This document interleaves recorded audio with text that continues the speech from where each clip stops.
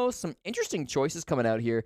Thought maybe SSG would want to take out a shield, but instead W7M are the ones removing the shields. It'll be in a zombie then coming out from Spacestation, and finally W7M, the final ban here. Could be a Tubarão, very good on this map. Could be a Valkyrie coming out. We see a lot of different bans from W7M. They're one of the teams that are the most difficult to predict when it comes to operator bans because they ban so many different operators. It's like every single game they're banning something different. So looking at their history, it's hard to tell sometimes. It'll be the Vigil. Yeah, didn't have that in my predictions at all. That's going to be taken out. You know, it's interesting that they take out the Vigil. I've had some conversations with SSG support staff who's talked about how they don't think Vigil is actually that broken of an operator. Ashen's brought it every now and again. Problem with Vigil, with that boss G, of course, is the fact that, like, yes, it's really good for holding an angle and having somebody walk into you and getting that huge down with how much damage it does, but if you find yourself in any other situation, it's really hard to adapt. You've got to pull out that secondary, and sometimes that's not the most reliable, but W7M are fearful, so they'll take it out anyways, and we start our very first round of the top floor of Lair. It's the Rainbow Room, as everybody talks about it. This is the go-to bomb site for most teams. Yes. Lair has had a low amount of play in comparison to a lot of other maps so far through this event. To see if we can get... You got the numbers? You got the stats loading in? The numbers I'm looking at don't look correct. All right, well... They may not be up to date at the moment. That's okay. I know for a fact that Lair historically leans more towards the defenders, but I will say, I think because of the way the map is designed, especially on like the bottom floor and to an extent like the middle floor with Bunk's briefing, the better the teams are, the more attacker side of the map tends to be. That's true for all maps, but Lair especially because it's so new. When you get experienced teams on this map, you do tend to have matchups that lean a little bit more towards the attackers. For their part on W7M, they lost every single defense when they played this game against Oxygen. They only played 4 rounds on defense. They lost all of them. The data is up to date now. Oh, good. Lair's been played 8 times, Jesse. Remember when we talked about how little Clubhouse have been played? Yes. Lair now matches that tally. Wow. A scary moment as we watch Ashen almost engaging with Lobin's Fenrir. Lair is slightly defender-sided, but it's in 50-50 territory. 53% of these 91 rounds played have been won by the defenders, 47%, then therefore won by the attackers. Not an awful lot to gain from that. Rainbow Six Room, upstairs bomb site that you referenced, is the most friendly to the defenders. Nearing 60%, just a bit shy. So if you're going to start anywhere, why not start at the place where it's easiest for you to defend against? Speaking of defending, running along with Dots on the Clash. Bit of safety and comfort behind that black mirror, but he sees the Monty starting to enter the vicinity, and he has to back up. This is interesting from Forrest, kind of coming in from the back here, going to go through side bridge until he finds his way over to R6 room. Falls with a defuse kit. The question really is, where does he want to go? And he does choose to match up with Forrest, so that pressure over towards operations is actually not going to be the brunt of this push. Most likely they're going for a plant over in towards R6 room instead. Watching for a flank, none is coming. All W7M players are on that top floor, aiming to repel this setup, and I think we're seeing Dots now on the Clash start to move over as he realizes where this push is most likely coming from, but SSG have a ton of angles set up here. They could really pressure from any direction. It's a late reinforcement by Dash to buy some more time for these defenders, as these teams have only exchanged pleasantries with one another, Jesse. They haven't exchanged any real gunfire. Though Forrest gets a bit of a slowdown from Dots, who will now back away from the toxic gas thrown out by the smoke of Volbs. Ashen looking for an entry into the building. His job will get a lot harder as they've lost J90 on attack. That's the very first kill. 15 seconds left in the round. Not a lot of time left for SSG to get towards the bomb site, especially as a second member from SSG has fallen. There's a third to go down too. How about a flawless start to the round for W7M? Fantastic stuff, as SSG stands no chance whatsoever on round 1. Yeah, good defense coming through from W7M, obviously. Nothing crazy, nothing fancy going on in that defense. Just Strong setup, Goyo canisters, Toxic Babes really stalling out on the top floor, maybe more so than SSG were expecting from the Bulls. That attack, it really did take its time on where it wanted to enter. The initial pressure was over by operations. There were obviously a couple of players that were more towards art gallery and the bathroom, and then the brunt of that push came in through the hallway to try to put a plant down inside of our 6 room. W7M simply just holding their angles, getting picks off those Fenrir Dread Mines, which did a ton of damage to SSG. Not literal damage, but damage to that push, and that it made them all blind when they were pushing on in. And, of course, just being able to stall out that clock, make SSG panic a little bit towards the end. That was brilliantly done by W7M. Maybe some setups that SSG weren't quite expecting, given what they watched in their matchup against OXG. In any case, they'll get a couple more opportunities to attack on these sites. You've got to imagine the information advantage favors Spacestation because they've had that play on W7M, and Spacestation, for their own parts, have not yet played it at this event. They most recently lost to the Sonics in Stage 2, 7-4. Prior to that, they were 2-0 on the map, including some off-season tournaments against some Tier 2 teams. So, you know, a bit of a mixed results coming through from SSG. And Benja goes down early to a spawn peek. A run out, looks like, actually, from bottom lobby. Nicely done by Loben. You need a team like SSG to be motivated and keeping that momentum high. W7M knocked you off stride in just the second round. Loben going for the walkout. I mean, Goyo, of all the operators that are right now on the board, he's got the passive gadgets, so he's got the least to lose. Good operator to do it. Vector high rate of fire. I mean, it looked like it was a headshot, so it doesn't really matter for body shots, but Loben will now be accompanied by Dots down the stairs. Down yellow stairs. Peeking maybe a small bit of safety over towards Missile. Yeah, they don't have to overextend their welcome here, right? Man advantage already.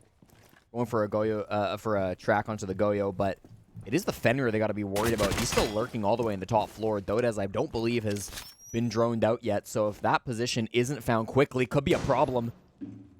Oh, this is surely a kill. Yep. Nothing for SSG, as that's Dodez walking down and punishing Forrest, who'd entered alone. SSG off to a really rough start now. They can't exactly trade that back. There's nobody else in the vicinity to work a pick on a Dodez, so if they just hit the site 3v4, that's a disadvantage. Still nothing on the board for SSG. Boy, oh boy, what a dreadful start this is. W7M right now not fearing really anything at all. SSG's only done about 200 damage across both of these rounds. Really quite a dreadful predicament to be in. 1 minute for Foltz and J90. Long-time teammates. Needing to make some magic happen. They're entering still, all on their lonesome. You got to play this one real slow. No time to drone. No time to really use much of that utility, at least at the moment. 2 smokes and 2 flashes in hand for the 2 remaining players from Space Station, so they can make something work. Got a good idea of where Volps is. He gets away! Loben's been dropped, and finally SSG gets on the board. But Volps is on the hunt. He's got a shotgun. Level him. There it is. W7M off to a very quick start. 2-0 and only a single kill for Space Station. Parker, I'm not going to say that the B-stream trend of quick 2-0s is going to continue in this game because it's too early to say that. But if we were going to continue the trend of quick 2-0s on the B-stream, this is how it would start. W7M, round after round, holding dominantly up against Space Station on their map pick. The first round and second round worked very differently. Obviously, the sites were different, but in the first round, it felt like they were really slow to get into the action. It was a real bunker strategy by W7M where they stalled out on time. And in the second round, it was much more aggressive. W7M switch up the pace like that. They go for a hyper-aggressive roam. Loben, obviously, 3 big picks. He played fantastic in that round, but even Dodez on that roam, just his timing, going for that flank, being completely undroned, SSG completely unaware. And frankly, that's going to happen when your Dokkaebi gets immediately spawned, right? Maybe Dodez would have been cleared out a lot easier, or they would have had that information if they had a Dokkaebi through that round. But unfortunately, Loben took it away before they really had any other options. So something to watch out for Space Station on that bottom floor. They got to kind of slow things down when they head back to that site, most likely in round number 5. We'll go for a full site rotation as we head to bunks and briefing. W7M going for another spawn peek. Look at Volps. Is he going to find anything? I don't see any bodies. Nah, he backs off. You got the Electric Claw at least, so getting into the actual site might be a little bit simpler. Both Electric Claws, actually. Not a lot of places for you to hide them.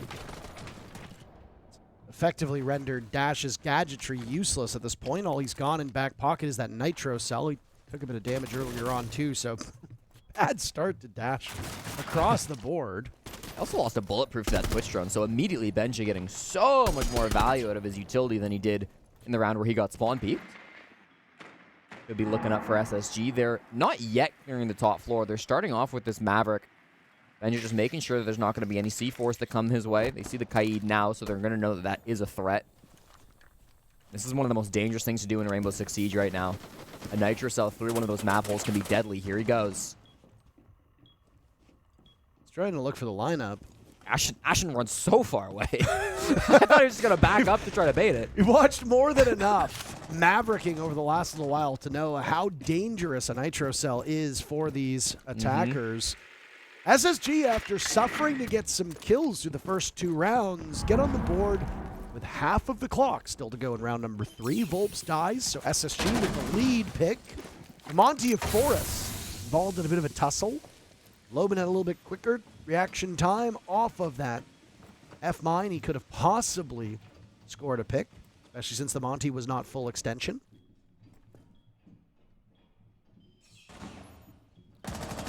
It's a big map, Jesse. There's a lot you need to do, and Spacestation have not been particularly quick.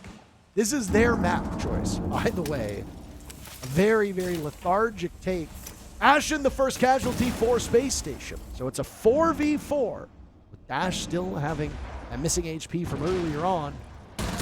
They going to be able to read down Loban? Yes, 2 players from Spacestation. Tracking down this player. Smoke will go out. Fultz eliminating what remained of Loban. Diffuser going down. Forest. Sight unseen as Benja Master falls not too far removed from the execute. The advantage for Spacestation at the moment in a 3v2. Dots and Dodez themselves long-term teammates. Dodez looking for the follow-up as they now split their forces. You got to tussle with a Monty. Doesn't matter if Forrest is 0 kills, Jesse. He's still a huge impediment. Dots will confront him after Dodez fell elsewhere. And there's a cleanup by Fultz on the green stairs. First round by Spacestation comes at a time where they desperately need it. Advantage still for W7M, but no perfect rotation for the defenders. Often you'll see defense teams play like a Warden top floor so they can deny a smoke plant from up above. They had no Solus top floor. They had no Warden top floor. The bulletproofs, I think, were both dealt with. Or at least one was dealt with by that Twitch drone at the very start of the round. They didn't really have the intel to be able to stop that plant, and there was a shield on the back of Forest as that diffuse kit went down. So the top floor, while it was held by W7M the entire round, it wasn't really effective in stopping that plant. And so good on SSG for identifying that there just wasn't that much util top floor, and that they probably could sneak a plant right under the noses of the defenders by working the site heavily, making sure they get that smoke plant down right behind that little pillar on the elevated position. We'll get some of their first round on the board. And as you mentioned, kind of good value from Forrest, both in the post plant, but also just getting the fuse kit down. He may be 0-2 to start, but he's having some impact on the shields. I expect to see a lot of shield play in this matchup as both SSG and W7M like to play these utils. Yeah, I mean, with Blitz being the only operator banned of those shield operators, you got Blackbeard on the board. He's being run by Forrest. Forrest loves his shields. He has for quite a long time. At this current point in time, in order to be one of the best teams in the world, you often need a shield player. There are some teams that buck that trend. FaZe is the big one. They don't always run shields. Virtus Pro is another one. They don't always run shields. Watch a lot of those Furia games, and they don't often have people on shields either. So some of the best teams in the world decide, you know what, we're going to make our own. Everybody else, pretty standardized here.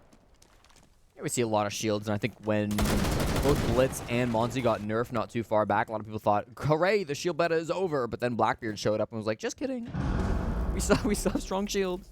And even the non-Blackbeard shields. I mean, a lot of teams are still running these operators. I think they got so comfortable playing these ops non-stop when they were first so powerful, and now just second nature to keep on playing them. The teams have good strats built around these shields. That meta almost developed certain players into becoming really strong shield players, and so even though the shields themselves got nerfed, still worth playing. Operations is the initial focus here for SSG, but with a lot of pressure being fought backwards. Dots here, of course, getting some intel, and Dodez as well, who is firing some shots back. Makes it a little bit scary. Walls can open now, and the players fall back. Last time they were on this site, Parker, they really, like, weighted down the time. The clock was a huge issue. I mean, the clock's been a huge issue for SSG in all 3 rounds, even the one they succeeded in most recently. It came down to the wire for them. They pulled it off. Sometimes teams use every second that they have at their disposal, and it might seem like they're stalling out, but that's not the case. I mean, we always go back to Vitality, the team that would wait until the final 15, 20 seconds and then suddenly pounce upon you. Also that 20-second meta as well, where teams seem to thrive in the chaos. Ashen has yet to register a kill. He's on the bench for the next minute, as Volps punishes him. Now some damage is done by Dodes to Forest. Buck sets up shop down below, so Benja Master will have his hands full, opening up lines of sight to the defenders above him. Problem is that only allows 3 players from SSG to take the engagement. Make that 2 as Forest dies. W7m had a flawless round in round number 1. Same bomb site as the first time around. Are they able to pull it off? No. Fultz says no flawless round, but still a big advantage for the Brazilian team. The defending major champion squad has looked mighty good here, but like all teams has shown some weaknesses. Not here on Lair, though. They're really putting in the work as J90 dies. Fultz and Benja Master are limping along, and with only 10 seconds left, and a clash and smoke en route to the bomb site. I have no idea how SSG pulls this one off. Some damage is done to Benja Master. He's dropped, and Fultz with Diffuser. It's not going to give them anything. He'll stay alive. Still a very clean round for W7M. SSG are not able to problem solve these defenses in live action. I have to imagine this is a timeout called, as I just saw the headset go down, and yes, Spacestation is going to call their timeout within the first 4 rounds. Dangerous, obviously, for SSG here. Didn't love the way Force was playing that Blackbeard in that round, to be honest. Was facing the Mira player on W7M head-to-head, and he chose to ADS at that moment. One of the weaknesses in Blackbeard is that he takes so long to pull out that gun. The ADS time is incredibly slow. So if somebody's directly looking at you while the shield comes down from your head, you're a super easy target for a headshot. Maybe in low-level ranks, you won't get headshot that often, but at this level, you got to imagine you're going to be slammed in the head more times than not. So typically we see Blackbeard players reserving the right click for when they know that somebody's not looking at them. They force them back by threatening a nade, by threatening a pushover, by walking up close to them. Unfortunately, we didn't quite see that coming through from SSG. That top floor was a real problem for them on both rounds. It was not quite a flawless the second time, but it may as well have been. I mean, in the 2v4, that was one of the least winnable rounds I've ever seen, with both players stuck on the bottom floor, bottom lobby. Seemed like they had no hope. So for SSG now to come on back, that tactical timeout will most likely be discussing what they need to be doing on both this basement bomb site as well as the middle floor site, and that will almost certainly be where they go for round number 6. Really liking what I'm seeing at a W7M here, and I mean, I hope that Spacestation is able to keep this one close.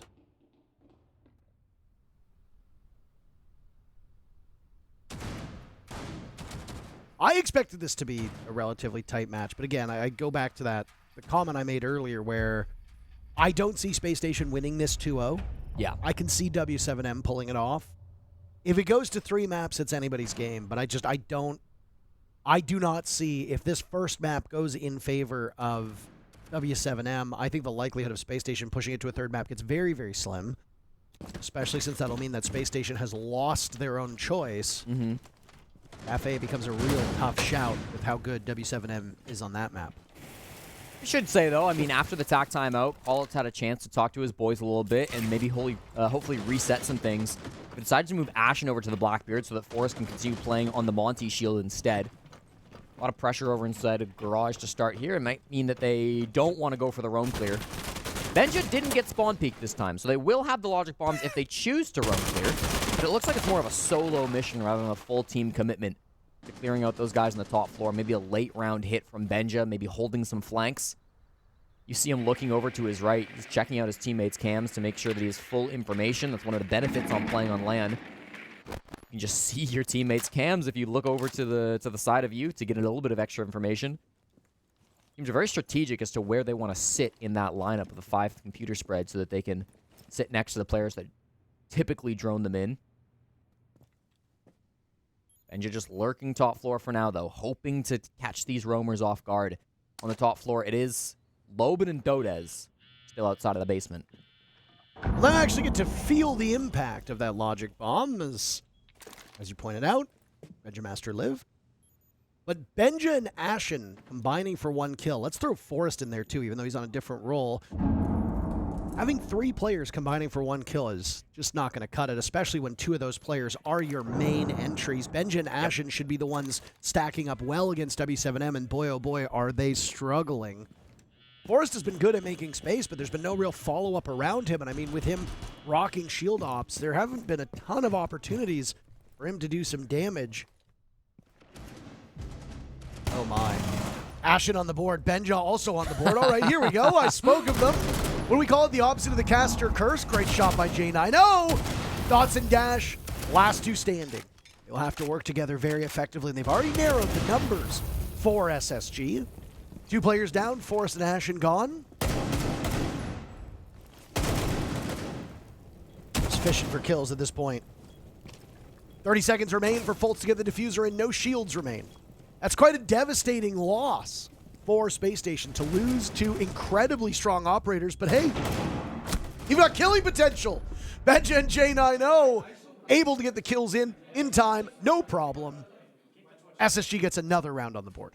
The broadcast bless is what we coined the term as, Parker, a couple days ago, as you speak into existence 3 frags for both Benja and Ashen, who stepped up big time in that last round. Able to find some really impactful frags. Obviously, that late round lurk from Benja was super effective at finding some of those picks. Ashen on the Blackbeard clearly made some good space down in the basement. And SSG well on their way for a comeback. If they can get a 3-3 split here on Lair, they're in good shape. Despite how this game started, they are very much in it. On that basement, you could see the adaptations too.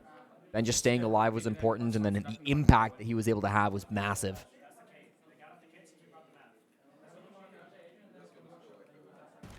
Moving around, number 6 for w7m SSG. This is going to be Bunk's briefing, as I suspected. Armory Weapon sees a bit of play as a 4th site, but certainly much less common. The gun range just super easy for the attackers to take control of, and then they've got a direct wall straight to site. As long as they can take operations, it ends up being a relatively simple matter to attack on. But SSG were successful here once before, so how are w7m going to stop that smoke plant from going down inside their bomb site? Well, I guess the answer is a clash. Dots is playing on this operator. He is up on the top floor. An early pick could be good too, as Volps and J90. This could be a big run out from Volps if he hears this. I like their run out in the very first round. Since then, you've noticed SSG's been playing a bit more cautious. So ready for it. Perfect by J90. That was a double run out, by the way. Volps and Loben. Yeah. I was just about to say they're playing so cautiously. I was about to give some greater credit to Space Station, and oh boy, how wrong I was. Sometimes your predictions go well, and sometimes you get blown up right in the face. Ashen will exit this first half 1-6. Again, on his roll, that's bad. Ashen, as a player, on a normal day, can wrestle with just about anybody inside of the server. Now, the question needs to be asked about why Ashen has not been effective. Is it that he's being droned improperly? Is he just having a bad day in general? Because while w7m is a very good team, and they are deceptively talented, for sure, mechanically. For sure. Ashen should be able to keep pace with them. It's not like he's matched up. You know, it's not like LeBron going up against a bunch of like high school kids here. Smoke gets tossed all the way out. Another player will drop. That's Loben, so at least he gets one piece of his gadgetry removed from his pocket. Bolts will breathe some of that in. Forest taking an awful lot of damage as well. Things are not as perfect as they seem on the SSG side, but despite the strong start for W7M, SSG are actually in pretty decent position to tie it up at the tail end of the first half. What might complicate matters is dots on that clash, but hold on. SSG are rising to the occasion. The clash, not a problem. It's all dash. One player standing against four, and he's shot from an angle he doesn't even know. All of these walls and floors that have been opened up by W7M, and they're so effectively used against them. Spacestation have not been particularly flashy, but they have been so consistent in the rounds that they've won. And while I still kind of give a bit of a tip of the hat to W7M for that first half, both of these teams emerged with the same scoreline. Not particularly flashy, but so consistent. Describes J9O to a T. One of those players that doesn't get talked about enough. Talking with Volps a little bit. I think that's the first time we've heard Ashen scream, which is nice to finally hear. But J9O has been one of those players who is so consistent, especially on the attack. 1.57 attacking KDR, playing a lot of kind of support-focused roles. Habana, Blackbeard striker. He's a very versatile player, and I think J9O has really been showing up here in Boston. But as we go from a player who's not that flashy, we can talk about the guy who is flashy right now.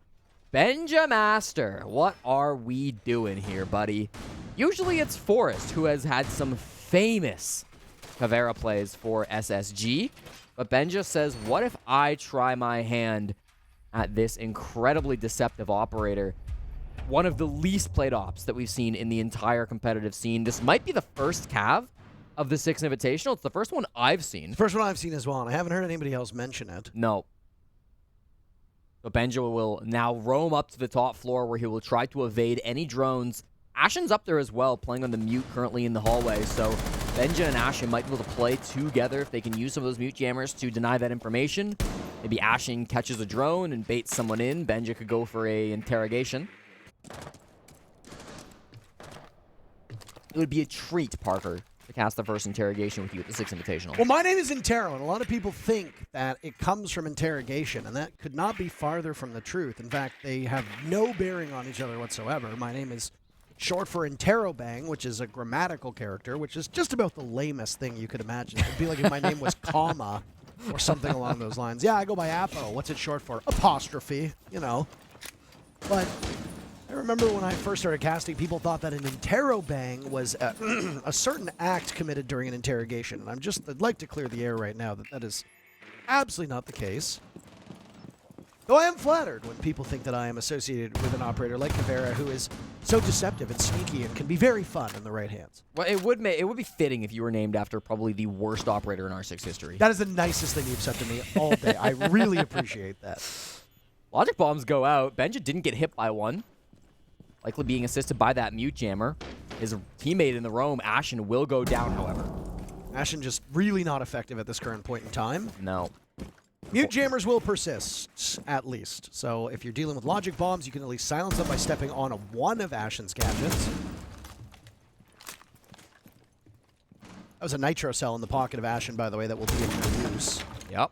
Depending on the way that this plant goes down, a nitro cell against a Monty would be awfully nice. Dude, air jabs and track stingers. This is tough. It really complicates a flanking operator. It's a good thing that SSG isn't running the best flanking operator. Here we go.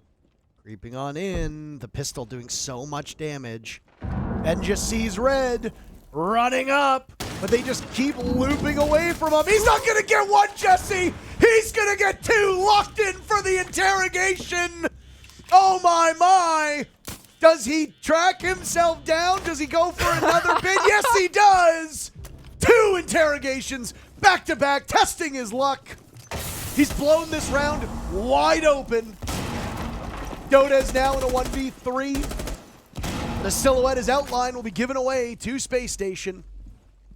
Benja trusted in himself. Dota's in a very tough spot. Rushing towards that bomb site, but SSG will give him no quarter. I imagine he waits. Why bother ruining your stats? Save the KD, bro. Absolutely. Do it for CGG. SSG, you know what they just did? They took the lead on their own map.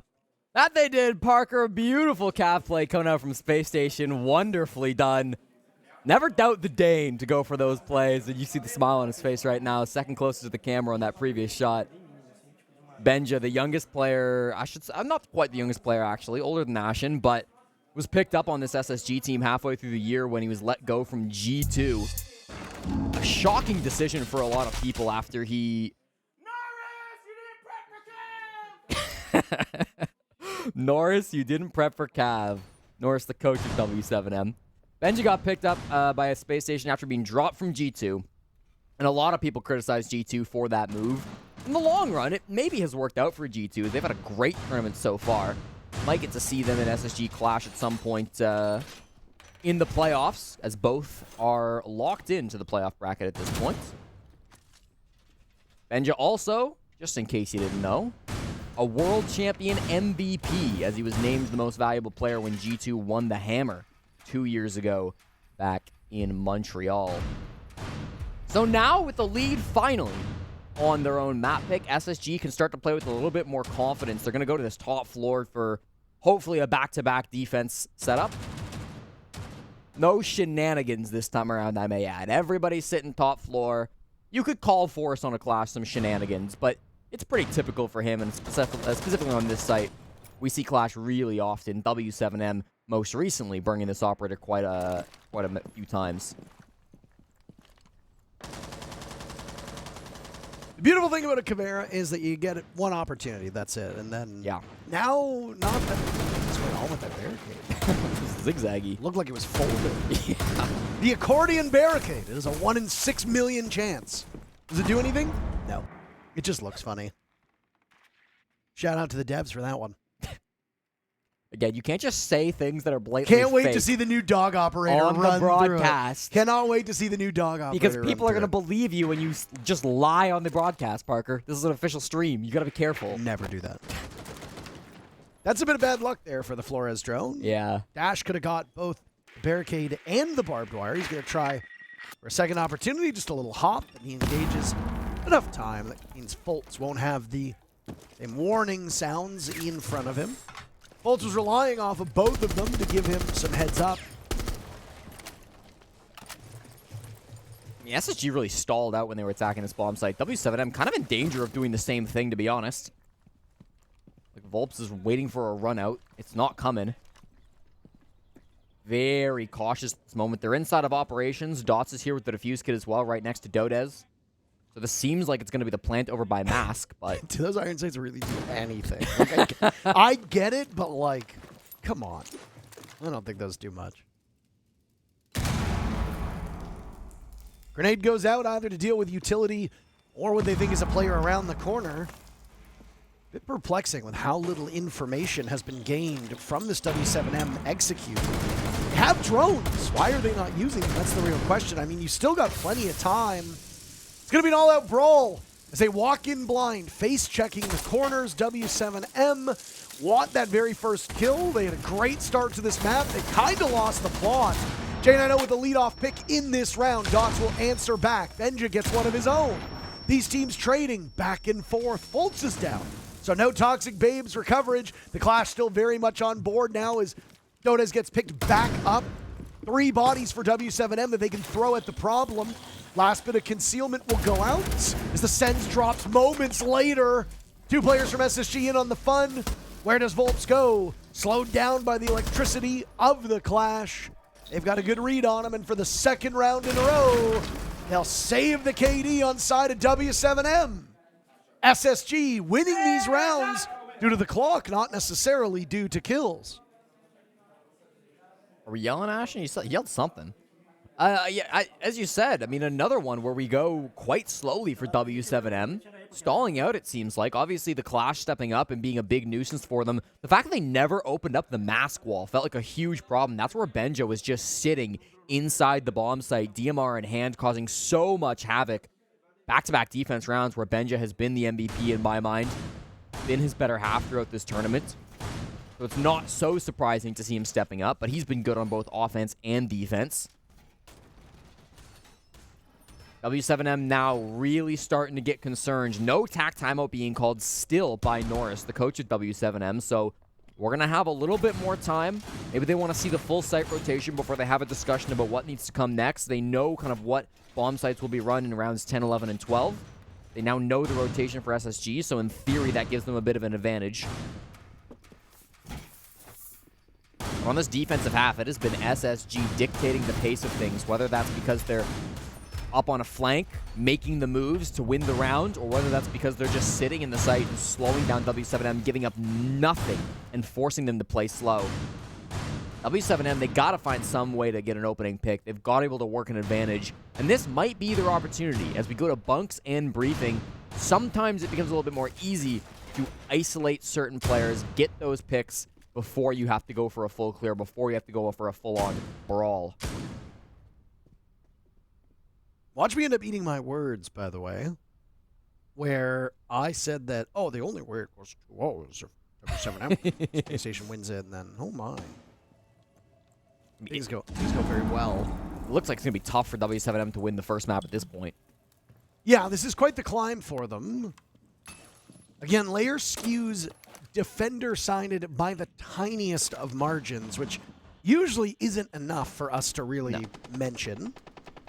It's a 50-50 map. Jammer's being used to quiet these calls a little bit earlier. It's w7m right now find almost all their players outside of the building. Yeah, I mean, they might be going for a smoke plant, much like SSG did, but the difference is that SSG actually have a Warden playing top floor. w7m did not, so the smoke plant worked really well against them. But SSG have that counter, and there are ways around that Warden. In theory, you could EMP him, but just pressuring the top floor while you go for that plant can often be enough. So, not saying it won't work, but there are some tools for SSG to maybe stop one of those smoke plants.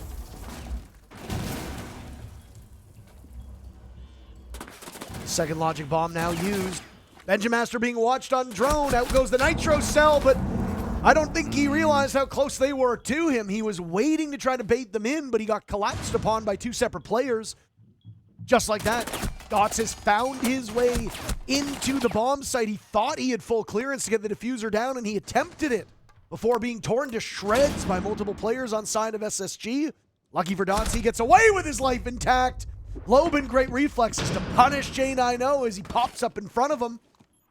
w7m look to be bouncing back. The Warden of Ashen encroaching on the space that Loban has set up. Finally, SSG is on the board. Fultz and Forrest with the 2 kills. As yet another attempt with that diffuse case.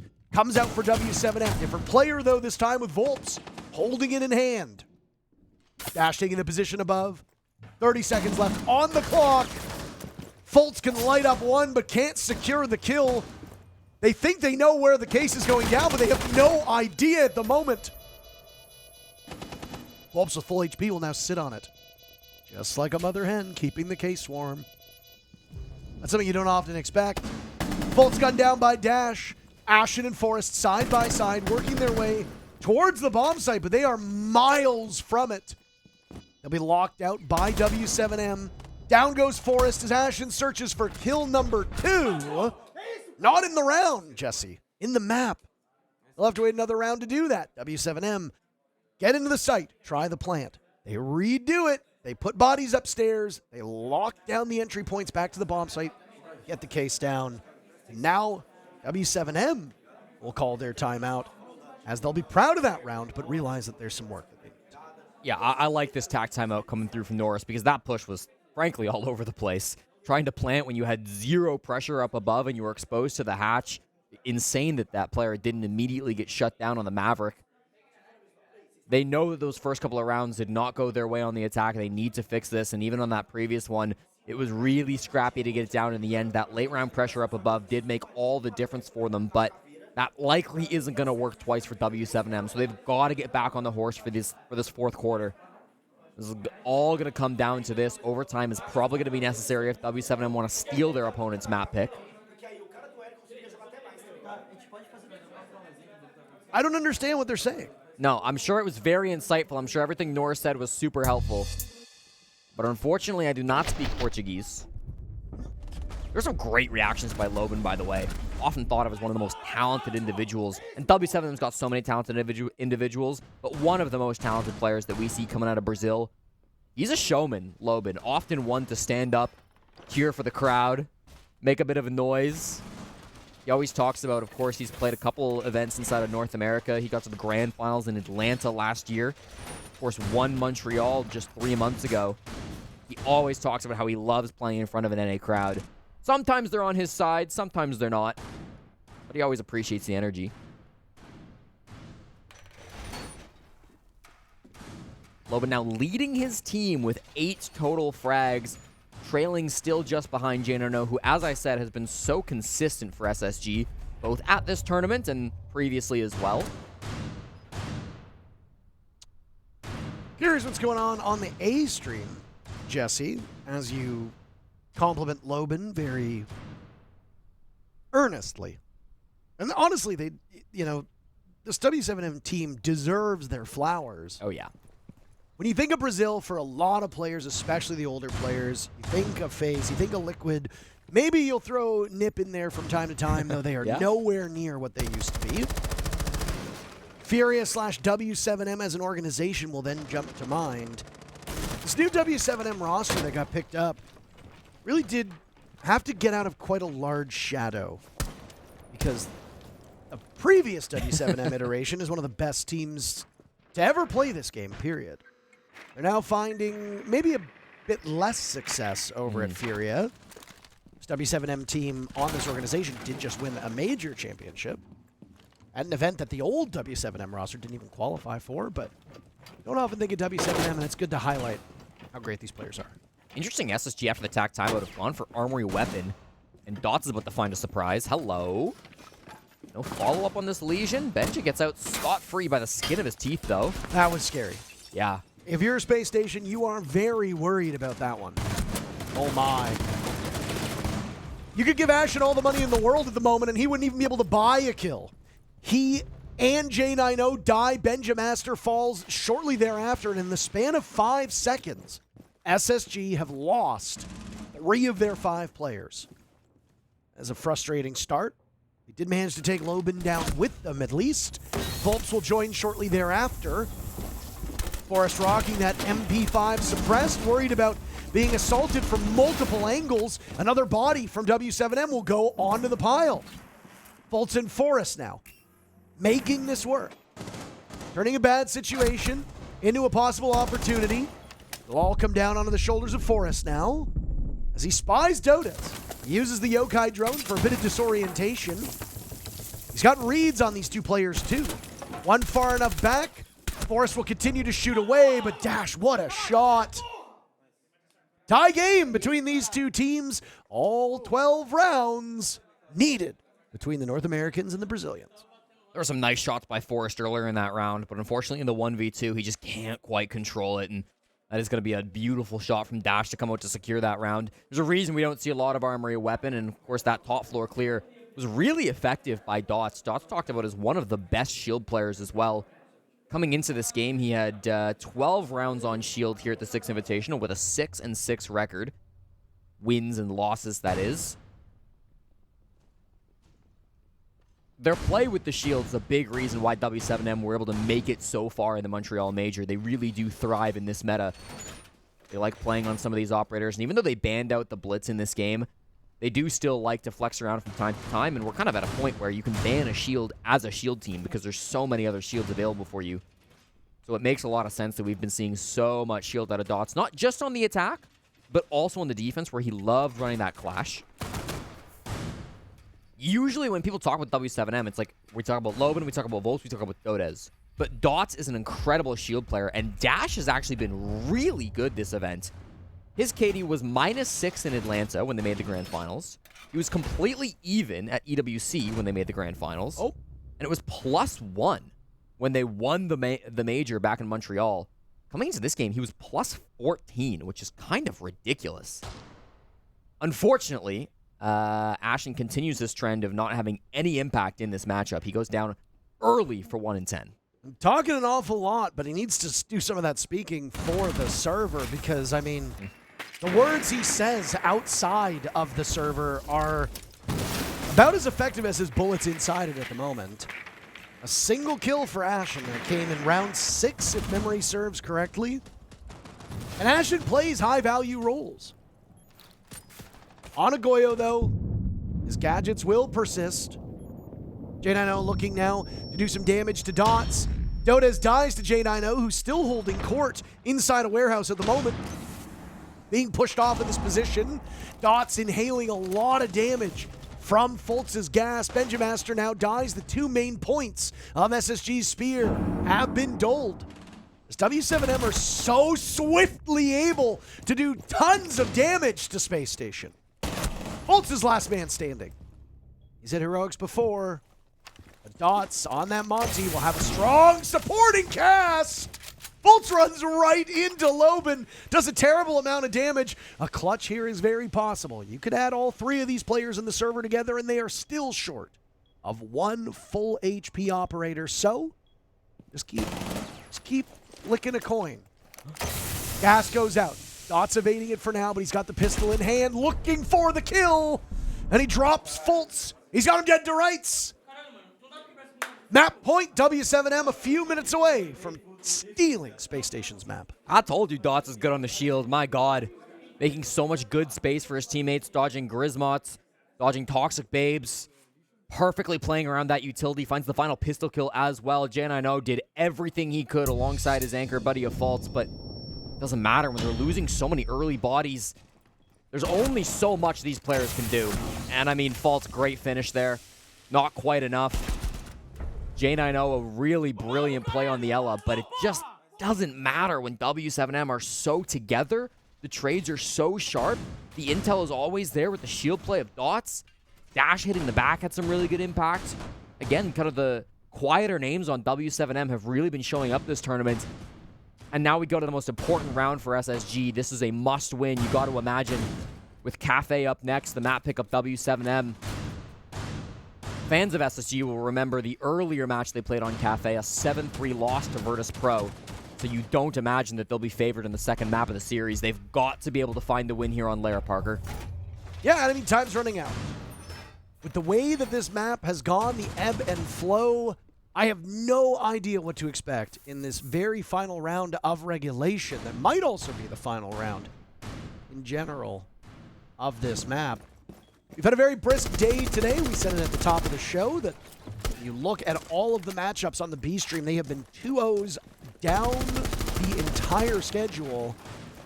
No matchup has eclipsed the 2-hour mark in-game at the moment. So, quite quick. This one will go the distance in regulation at least. If W7M pulls off the 2-0, like we said, it'll be a 2-0's day. Again, just as we saw at the beginning of yesterday, I want to get the 2-0 matchups out of the way in the group stages. I don't want to see any 2-0s moving forward.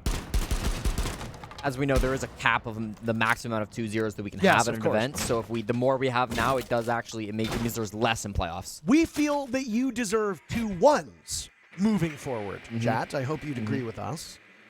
If you are a fan of a team that goes up one map, you say, no, I want a 2-0. Well, too bad. We don't care what you think. We just want the best story possible. And a competitive match is always a better story than a stall. So far in this one, I mean, we've had a really big problem with stalling out on the top floor, right? Both teams really struggle with this. But the util clear's been solid. Loban on that drone operator of Volps as well have both been doing a great job of clearing out some utility. Dots with the defuse kit on this Monty once again is most played operator, of course. Trying to find the space to get into the bomb site. R6 room appears to be the goal for this plant. He's got Dodez behind him. Foltz could be a target they could find, but Foltz has his own shield to play around.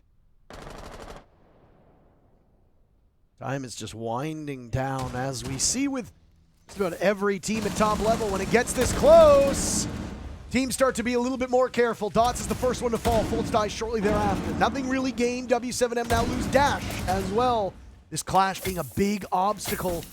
Volps is struggling to tackle it. Out goes the smoke to maybe conceal their movement. Now Dodez, wanting to plant that diffuser, has to pause for a moment due to the goo mine that's afflicting him. Where are the rest of these SSG players? Where have they spread out to? Volps baits one in with the bulletproof camera, looking for another, being watched quite intently. Suddenly the advantage is W7M's, and they are but a few seconds away from putting this one into the history books. It's all up to Ashen with 1 kill, but 1 kill is where he will remain. How does W7M pull that off at the tail end of that round? It looked like Spacestation was in full control. They lost control at the final second. W7M, 12 rounds. Prevail on Lair 7-5. Volps is one of the greatest players of this generation. My God, the way he just played around that Twitch DMR, the smoke play was absolutely perfect. That's one I just want to watch over and over and over again. Good God, Volps, the young captain of W7M, the major champion reigning in from Montreal, making sure that they can get it done here on their opponent's pick. That is going to set things up very nicely for W7M to continue the series. And one more map potentially, too. How many will we need? We'll find out on W7M's map as they're up 1-0.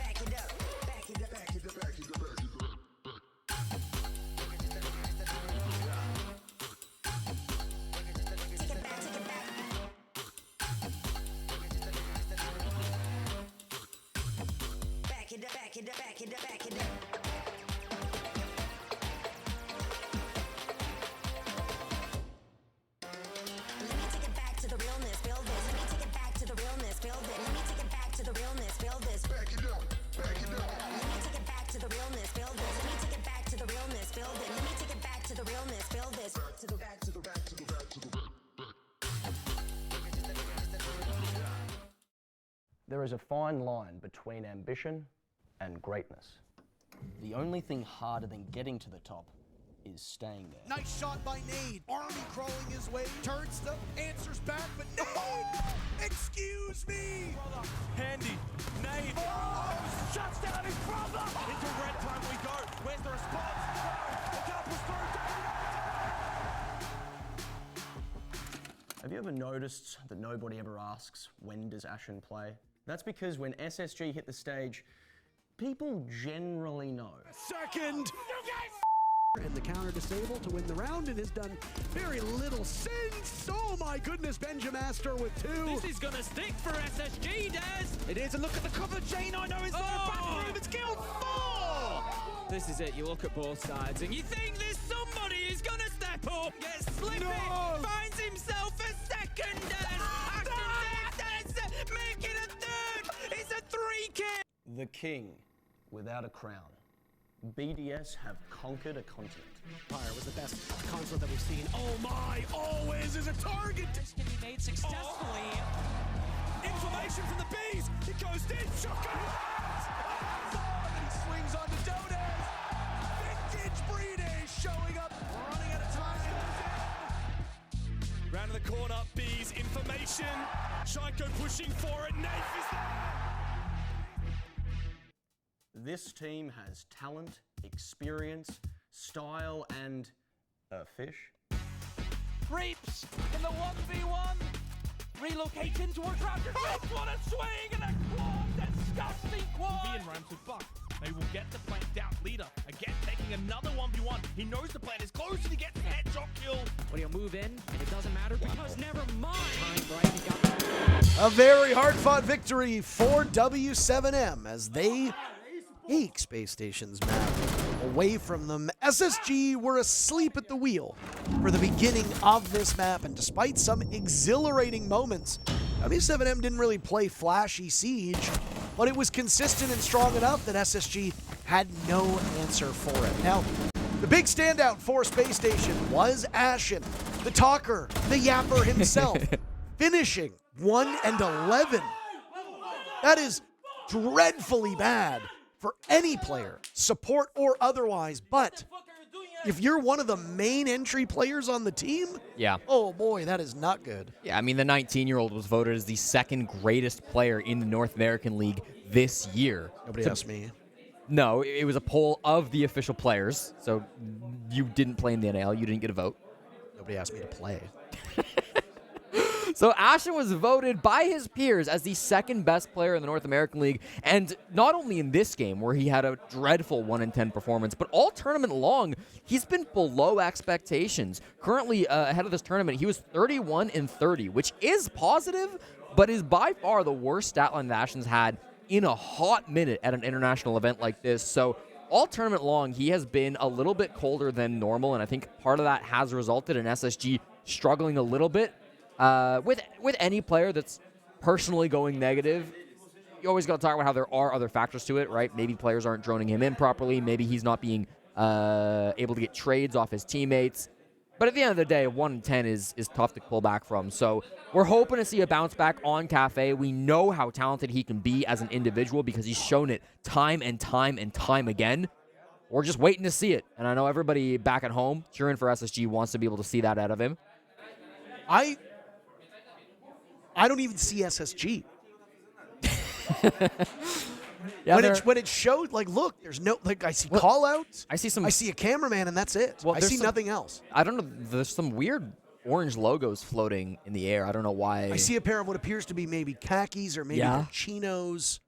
Yeah, I mean, there's some arms. There's a lot of arms. Yeah, it's very bizarre. I don't quite get where they've gone.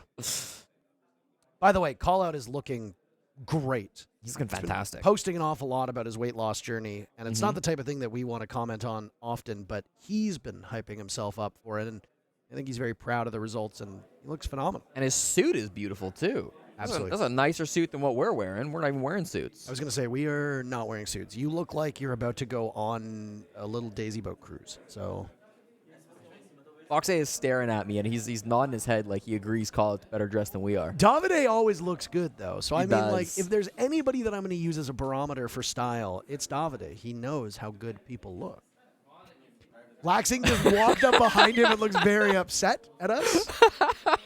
Go away. You have work to do. Go back to your analyst area. Shouldn't you be analyzing the A stream? Shouldn't you be talking about the things that are happening? Bunch of hooligans. FaZe and Team Secret are in a fight for their lives. Over on the A stream, yeah? Yes. How's that game going? No, FaZe and Secret are on the B stream here, Jesse. We're just not watching them. Well, if somebody doesn't know that there's an A stream going on, they should know where FaZe and Secret are out for their fight of their lives. All right, Space Station. How long is this huddle? This is really self-indulgent. Let's get in our chairs. I was gonna say everybody Let's else get in is our ready. chairs. Get over with it. I mean, we see Aloe as well, the analyst for SSG, up in this huddle. They've got the whole squad here having a conversation. And they know how important this game is, right? Obviously, elimination is not on the table anymore. If you give Call-Out a soul patch, he could very easily be a bouncer to the Penguin in DC's hit show, The Penguin. Scars have already been eliminated from this group, so they don't have to worry about going home, but they are desperately fighting for that upper bracket spot. They currently sit at 5 points in the standings. W7M sit at 6. OXG sit at 5. Virtus Pro are a bit far ahead at this point with 12 points, but SSG, I mean, still with, what, if they win this in 3, 7 in hand, SSG could tie VP.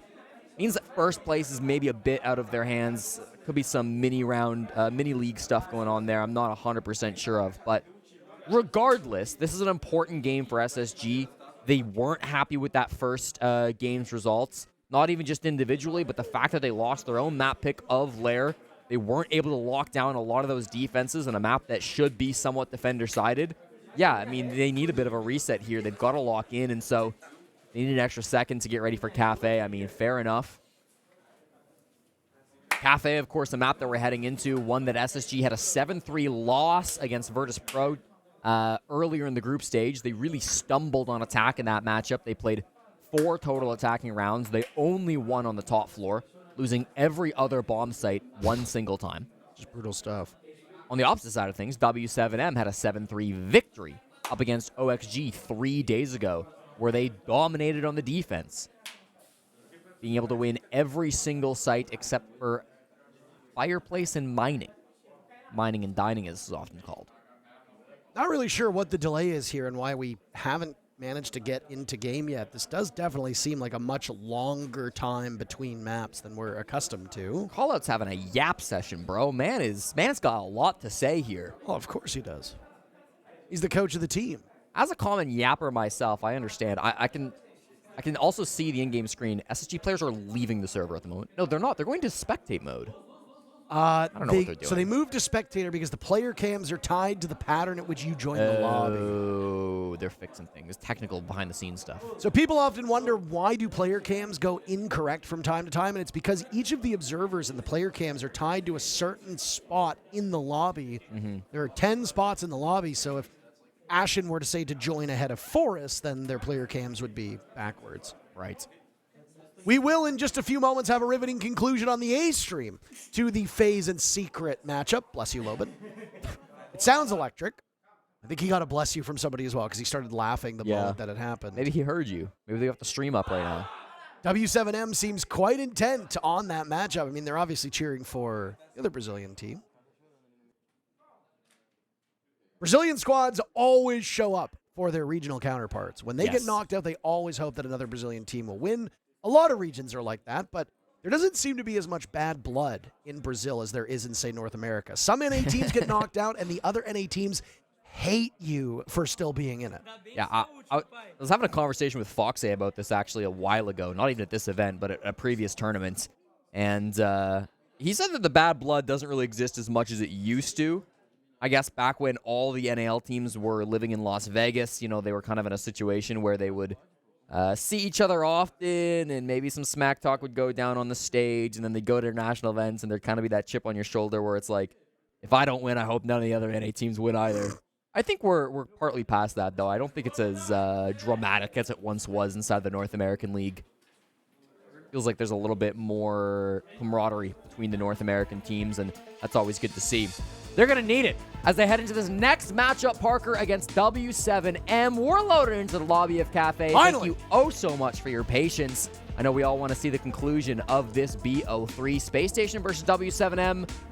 Those predictions hasn't changed too much, Parker. W7M is still the favorites. It's widened. Yeah, it has widened a little bit. We'll see some operator bans coming through now as we get into things on Kafe. SSG will have the first ban. They chose to take out the Grim, which is by far their most common operator banned on Kafe. And W7M, I would assume, will answer with maybe a Brava, maybe an Ash. It'll be a Monty instead. Again, W7M bans are so hard to predict. While we're here going through operator bans, by the way, I just want to make a quick note about what happened over on the A stream, and that involves some spoilers, so cover your ears. FaZe Clan just toppled Team Secret 2-0. Jeez. So Secret will remain in the basement of that group. Furia and Shopify Rebellion are up next on that stream. That is going to be a hell of a match. Depending on what happens there, keep in mind Shopify Rebellion has secured their spot at the top, or onto the next section, but they have not secured it at the top of the group. If Furia prevails, that would put CAG Osaka and Team Secret, who are playing tomorrow, in a position where even a single point for CAG Osaka will clinch their spot, and Team Secret will be the team to go home. Now, I just wanted to fill everybody in as to what was going on there, as you want to focus on the last two operators that were banned. Yeah, we banned out the Valkyrie and a Fenrir to end things off. I should note SSG then banning Grim and Fenrir, W7M taking out the Monty and the Valkyrie. On the HUD, it displayed the wrong team names. That's just a little bug in the game right now. Don't worry about it. Bans are attributed to the wrong teams, but in the game, for the player's POV, it all looks normal. So SSG are the ones who banned Grim and Fenrir, W7M, Valk, and Monty. We'll go to reading to start things off for Space Station Gaming. Starting on the defense, once again, this is the bomb site that they played a little bit. Actually, it's the only bomb site, I'll correct myself, the only bomb site they did not play in their matchup against Virtus Pro. So hoping to change things up a little bit. Maybe shake off that bad mojo that was afflicting them, as they didn't win very many defenses up against the Russian team in their group. Kafe is often talked about as a very strong 4-site map. It's Kafe and Chalet that you typically see the most variety of bomb sites on, so it's not a surprise that SSG can play all 4 sites, and they'll flex that now, meaning that w7m won't have any VODs, no intel on what SSG like to do on this bomb site. It's a very defender-sided map. Stats-wise, Cafe is tied with Bank as the second most played map here at the Six Invitational. 58% of all rounds played have been won by the defenders. 107 rounds in total have been played. Quite the tally. All the bomb sites except for... Did you see the numbers? Do you know? No. There's one bomb site that's attacker favored. The other 3 are defender favored. Do you want to guess? The top floor. You are absolutely correct. Fultz will start off the killing here in round number 1. Diffuser going down. Does nobody know that Dotas is there? No, the jig is up. Ashen already surpassing his kill total in 1 minute of map 2 than he did through all of map 1. This is a real feast or famine style play from w7m. Volps is the last man standing with 150. It's still to play in the round. This is a winnable situation, especially since they have very limited intel. Maybe not after Volps just gave his position away. He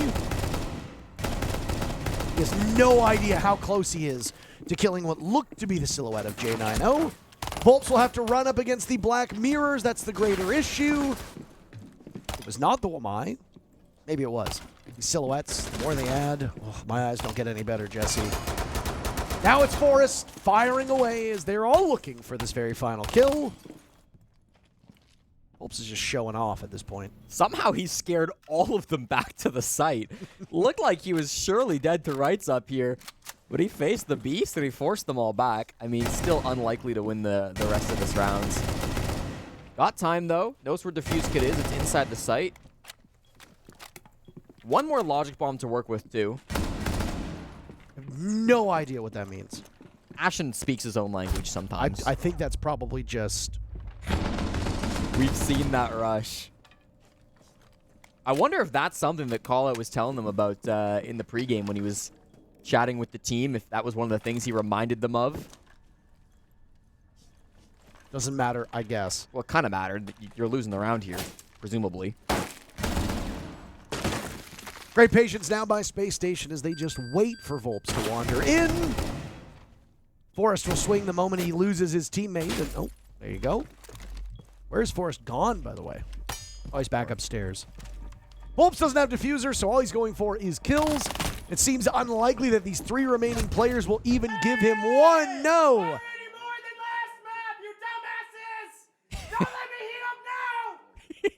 At least he acknowledges it. He has tripled his kill total in the span of 3 minutes. He finished 1 in 10 in the previous map. He's now 3-0. He's heating up. He's heating up. He's slow to boil. He is, but he gets there. And he's absolutely correct. If you let him heat up, Ashen's one of those players that can take over a lobby. W7m going for a rush that maybe they've shown off before. Certainly seems like SSG had a read on that, so good prep work coming in from the coach of SSG and kind of them to let both us and the enemy team know that that rush has been read into, and maybe W7m need to try something else, come up with a new strategy for this important matchup against the North American squad. We'll head to the bottom floor now from Spacestation as they go to Kitchen. This was one of the few bomb sites that they were able to win when they defended this matchup against VP. It was also one of the worst attacking bomb sites for W7m earlier against Oxygen. They were 0 for 2 attacking onto the bottom floor, so we'll have to see if they can finally get some feet underneath them for this push. It is Ashen top floor right now, playing around red stairs. I was about to say could be a full anchor setup, but knowing Ashen, yeah, okay, he does run all the way back to the site. So it will be a full anchor setup with nobody really playing around those top couple of floors. Interesting castle setup going around here too. J90 was punching that barricade on the VIP door you saw from the top down. Just prepping it so that it's one punch away and that he can burst it down like the Kool-Aid Man at a moment's notice. I was going to make a One-Punch Man joke, but you just made the Kool-Aid Man joke, so now we can't do both. We could do both. We can save that one for later. Okay. Yeah, the viewers will forget. Put that one in your little breast pocket there, in your little daisy shirt. I thought, given that it's the first day that it snowed here in Boston, it was appropriate to bring out the Hawaiian shirt. You wore like an alpine ski shirt yesterday. It's a sweater. It's still a type of shirt. Is a sweater a type? A sweater is not a type of shirt. It's its own thing. It's a garment of some kind. No does know that Ashen is very, very close by. He certainly knows, but Ashen, he's not going to test this. Ashen must be looking at the roof holes above. No, he's not. He's actually angled over towards red.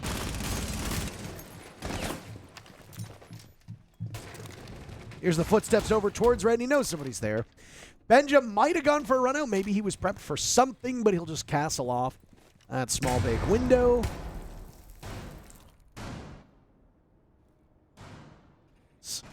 Almost seems like it's emulating SSG when they were on attack on Lair in terms of speed.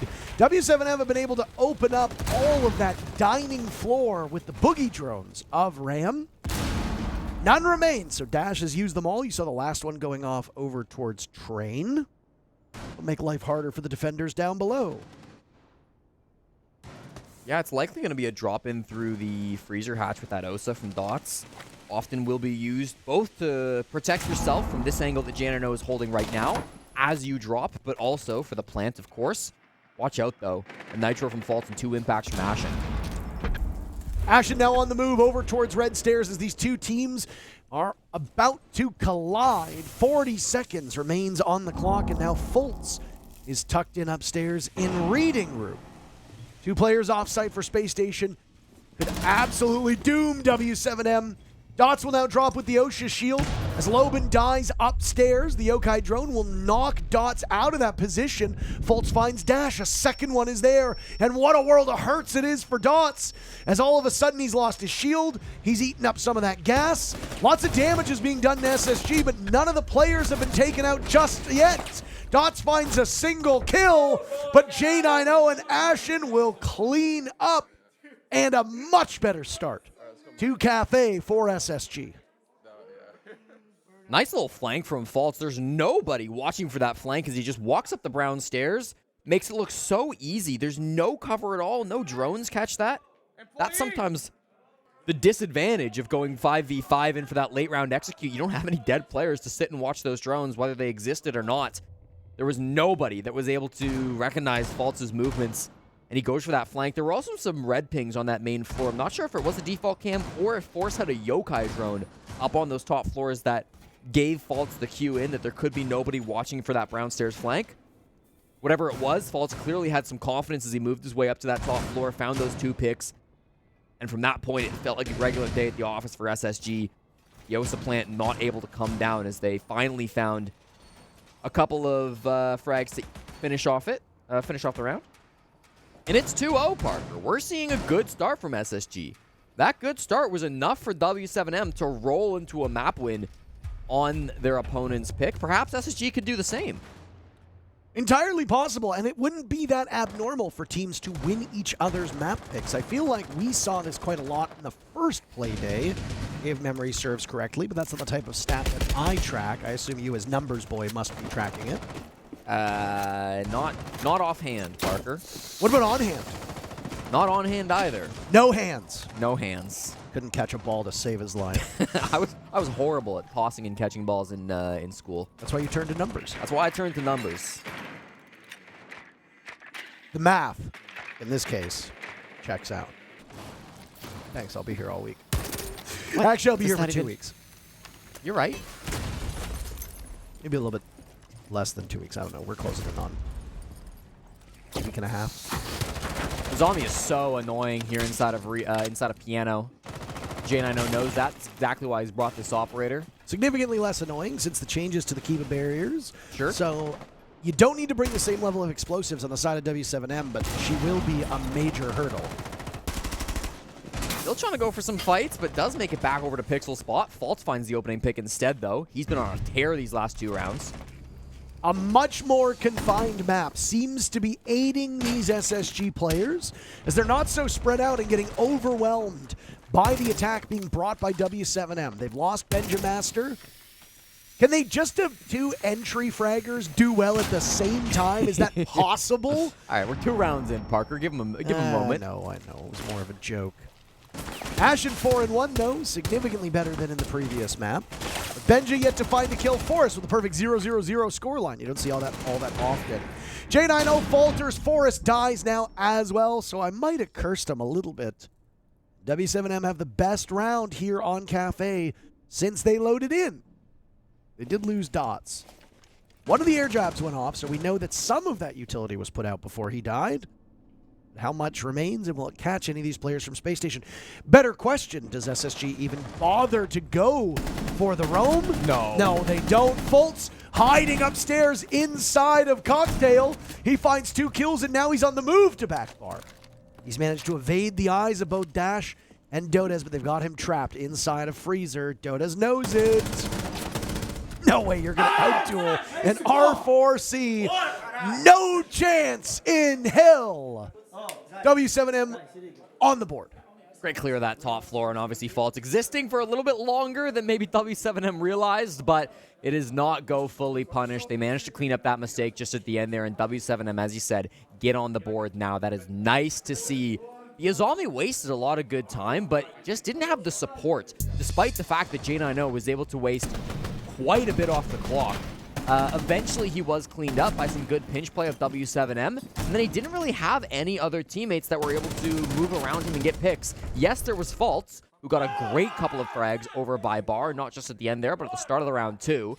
But it didn't seem to matter. When J90 was facing the pressure, nobody else was able to capitalize off it. So SSG, they will drop their first round in this series, go back to the reading room bomb site.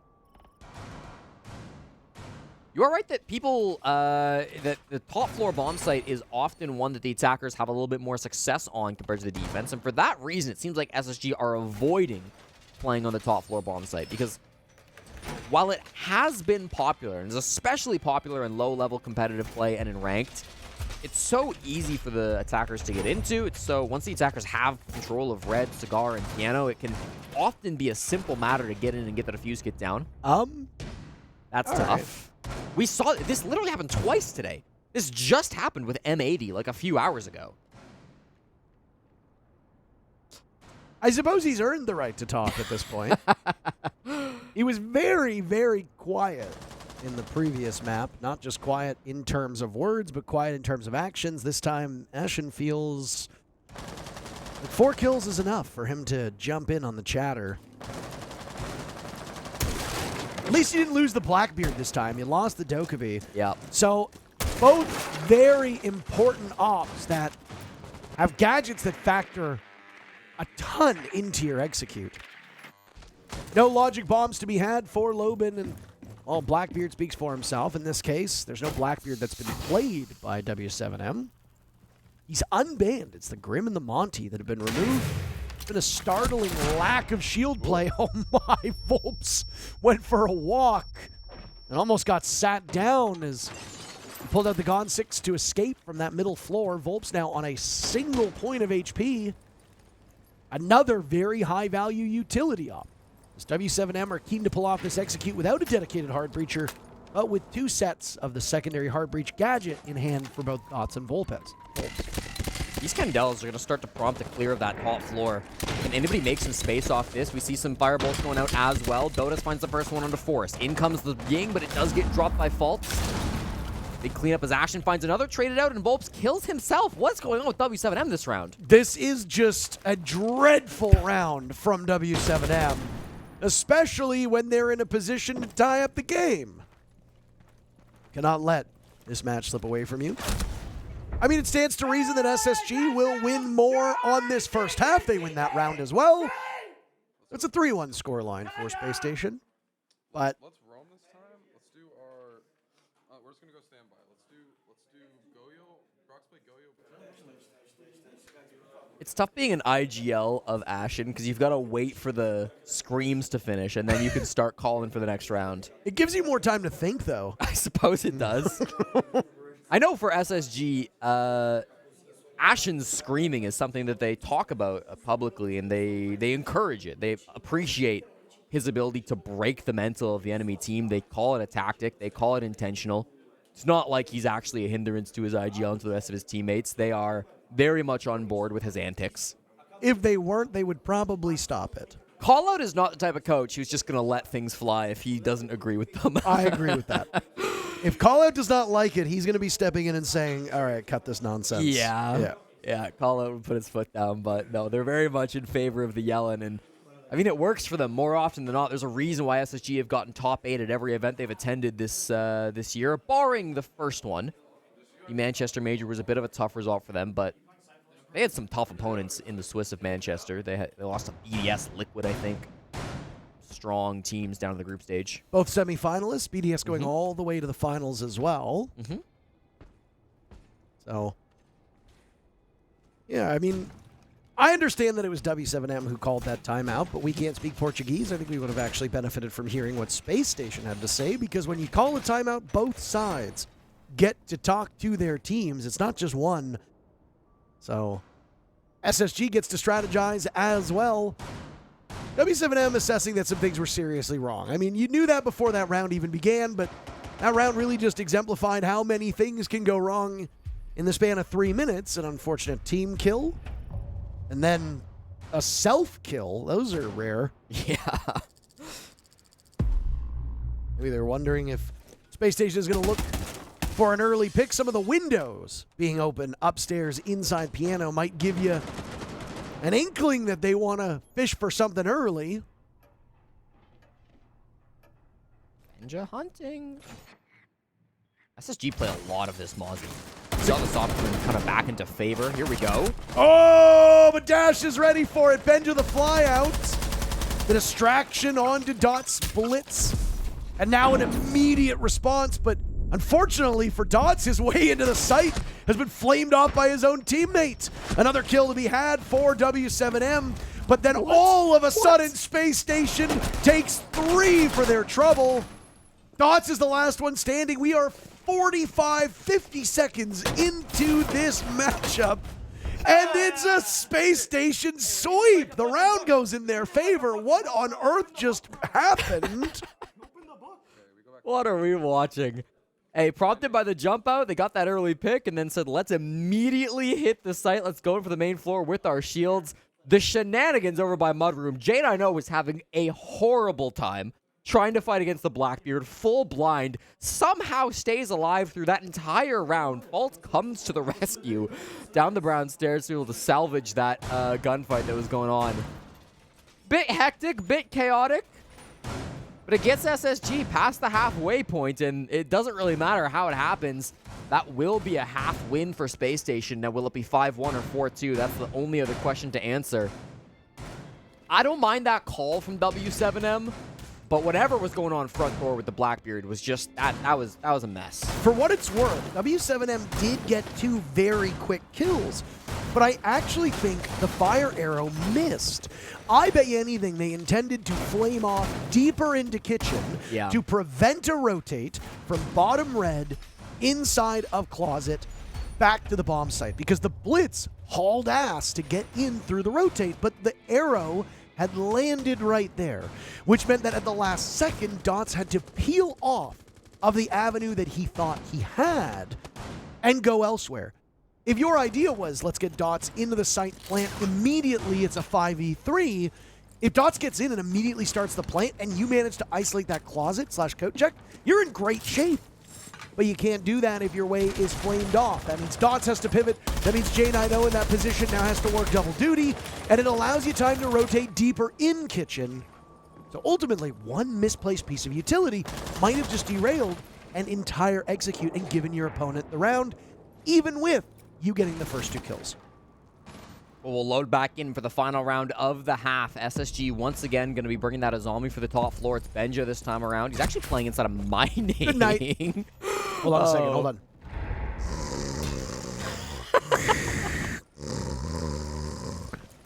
That's what Volps is doing right now, by the way. Volps taking a nap, and Faults as well, but Volps needs to wake up because the round is far from over.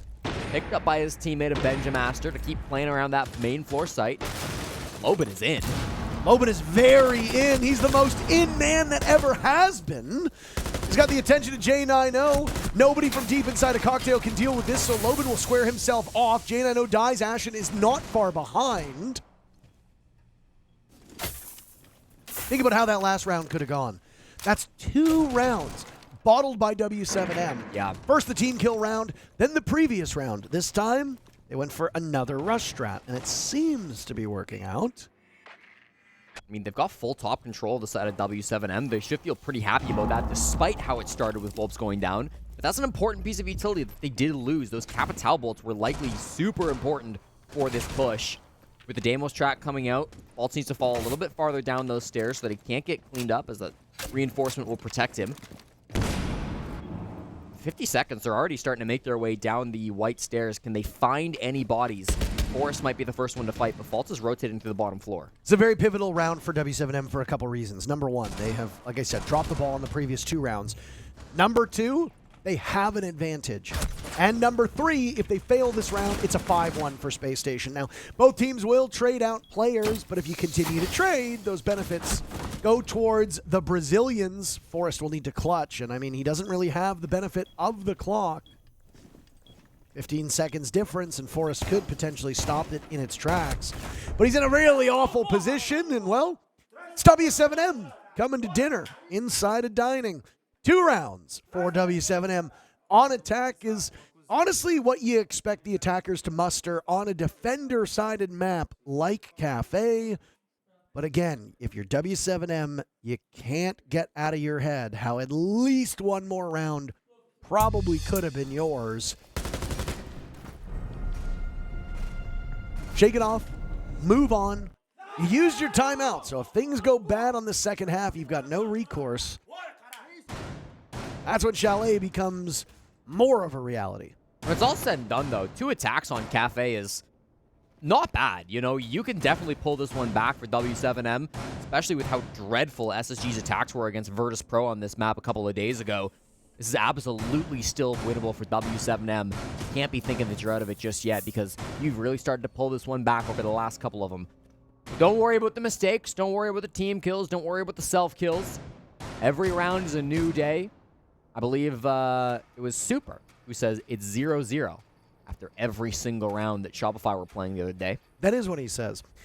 Here's a little interesting tidbit for you.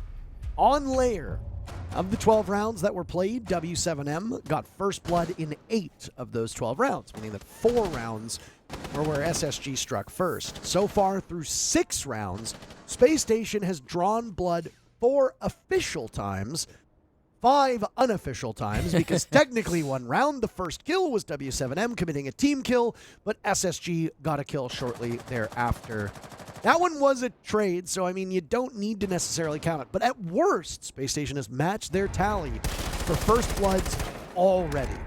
Now, mind you, as defenders, maybe it's a little bit easier to do. We'll see if that number holds up through the second half. Taking first bloods away from W7M is also really important. Throughout this tournament, they have been the best team at SI at converting those advantages, tied with M80 coming into today at the very least. So we've seen a lot of good converting teams played on the B stream today. It's going to be a direct sight hit now from SSG, as they don't seem interested in full clearing the top couple of floors. Already a lot of util being thrown out. Those Selma charges, getting extra angles into Bakery. Sens walls as well from Ashen being used here on the bottom floor. The Sens was honestly popular on this bomb site even before they got buffed, as it was often being thrown in through the restaurant window so that you could get a clean run straight into VIP, oftentimes with a blitz player. Not going to be the use this time for Spacestation, though. A lot of players already stacked up in Bakery, and Volps needs to be able to shut some of them down. Otherwise, they're likely to be able to find a pick here. W7M favored their rush strats on 3 of the 6 rounds, potentially even a 4th. Again, if you go back to that black hole round that was the team kill round. SSG pull it off! Oh my, it looked like Forrest was about to get both of them. Benja with 1, Forrest on the board right after. J90 will find nothing so far, as he's got an early death. Now it's W7M from above, trying to stop Forrest from getting this diffuser down. Benja oblivious to the shotgunning going on above him. Both teams will trade, but again, SSG in a very favorable position. Dots found the Blackbeard. Found no success shooting into it. Walk up from Dots. Greeted by Fultz, and Ashen's grenade will get the round. It sure seems like they're going to steal each other's maps away, doesn't it? Yeah, Parker, it's starting to run away with it a little bit. SSG off to a brilliant start on Cafe. Again, shortcut pushes working out this time from SSG. When W7M tried it, weren't so successful, but SSG do manage to get it done. They really gave up bakery early on the side of W7M. They did not commit very hard to holding on to it. They didn't have it full reinforced either, so SSG were in for that space super early into the round, and then with the Blackbeard as well, able to work a couple of picks as they tried to get a couple of reinforcements too. Nicely played. This shot from Forrest didn't find the first, but found the second. That late reinforcement, you got to wonder if it had gone through, what difference would it have made? Final nade kill coming out as well. The final nade kill was objectively very funny. It was. At that point, you've got to commit to just sprinting through it because, you know, what are you going to do? You can't just be stalled out at that point. So, the post plant, difficult for W7M retreating back from the top floor. They had control of it the whole time, but SSG just did not seem to care. They picked an unorthodox plant spot, and that made it impossible to deny from up above. Now just 2 rounds separate them in Chalet, and if they can get to that final map, I mean, it's anybody's series. We've had a trend here on the B stream of going 2-0, 2-0, 2-0. We thought it was 2-0's day, but it might end up being a 2-1 day after all. Well, I mean, we still had 3 2-0s. Yeah, but if there's a single 2-1, it's 2-1 day. I guess that's the way it goes. The majority does not win here. It would be our first time going to that third map, and we would also break that trend of not spending more than 2 hours in a particular matchup. Unless it was a really fast Chalet. They just concede. They lose 2 rounds. All right, you know what? Let's just give it to them. First to 1. We are well ahead of the A stream, though, so I would find it very challenging for the A stream to end their broadcast before we do. Need some serious tech problems, Parker. Or they can just have 2 7-0s in a row, which, I mean, it's Furia versus Shopify Rebellion, so What are you trying to say? I don't think 2 7-0s will happen, period. Oh, yeah, okay. I'm saying it's unlikely. Thought you were trying to talk down on one of those great teams. A lot of these rounds have transpired with very limited drone work, and I say this because A, mute has been a staple op for both of these teams.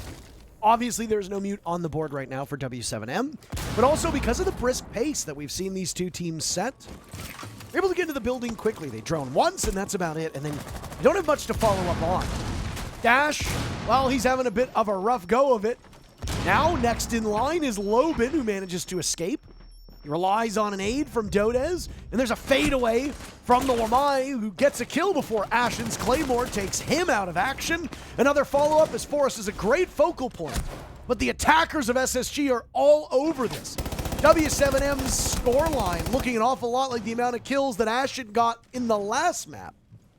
Dots is in a 1v4. SSG would have to throw this in the garbage, and they won't. Benja Master gets the kill, and it's a 6-1 map so far. It's business as usual for Spacestation.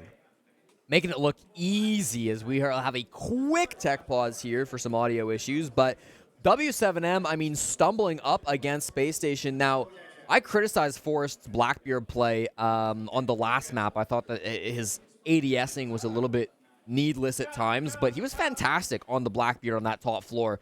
Pushing through, making space for his teammates, didn't take any gunfights when he didn't have to, made sure that he was just forcing players back, causing some fear into the hearts of W7M so that his teammates could move around him. And specifically, this time around, the teammate was J90, who did a great job focusing in on getting some of those frags, playing on with the Ash, getting some pistol frags as well.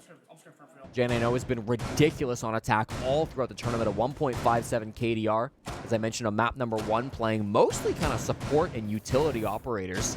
He can absolutely get going on the Ash too, though. Don't count him out when he brings a strong fragging operator like that. Starts throwing on the Collie to be 6 picked off, I'm sure, to be re-picked off.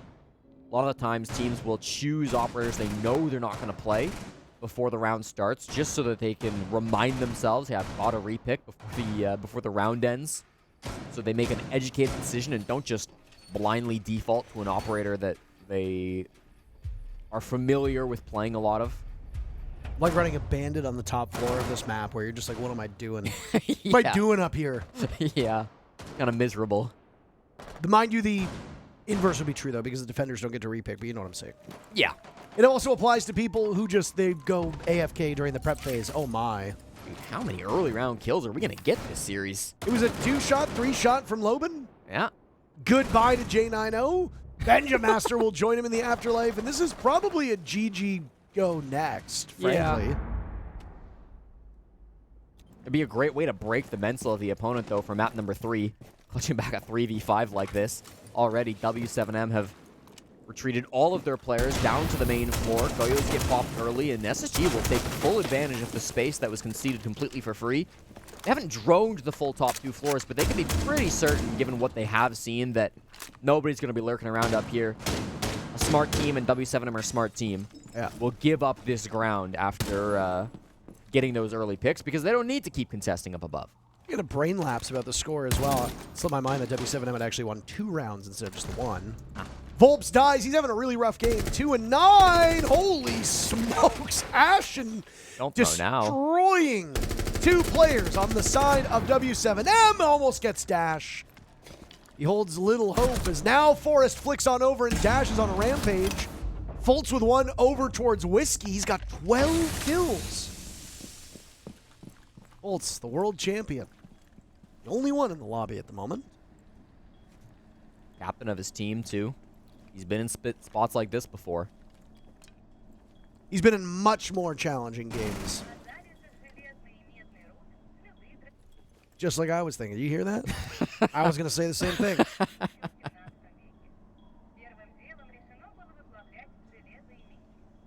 Exactly. Trying to bait his way to a kill here. Hey, this is very winnable. 1v2 is not that hard. Playing a great gun. Here's my worry. Yep. I was going to say he has very limited info. There's no mute, so he doesn't need to worry too much. Those Evil Eye cams are up. There are bulletproof cams also up. He is going to be running uphill against information. He has a gun with the smallest magazine of any primary on attack, and he's got to deal with 2 gas canisters with how low his HP is. There is no way he pulls this off, Jesse. I do not believe it. It would need to be the most Herculean effort possible! He saw the smoke at the last second and tried to get off. Drone on time. It very narrowly happened. But a brilliant read by W7M to bring the fight to him. And the clutch that could have been is one that will haunt Fultz for some time, but Spacestation are still in great shape to put this one away. That's Furia getting warmed up, by the way. I believed in it. My God, when he saw him at the last moment, if he just fired a little sooner. Close one. That it won't sting too bad, though, Parker. It's still 6-3. It would have to be a monumental throw at this point to not find ourselves on Chalet at the end of the day. Great play from Dash. I think it's a 3K overall playing on the smoke, including that final 1v1 over Vaults. Dash has been phenomenal through this tournament and through the series so far as well. He now sits at 7-6, the highest fragging player on W7M. Despite the low round wins, he has still been able to put up some very consistent numbers, and that's been a trend all tournament long. As I mentioned, coming into this game with 54 kills, just 3 behind Dodez, who is the overall team leader on frags.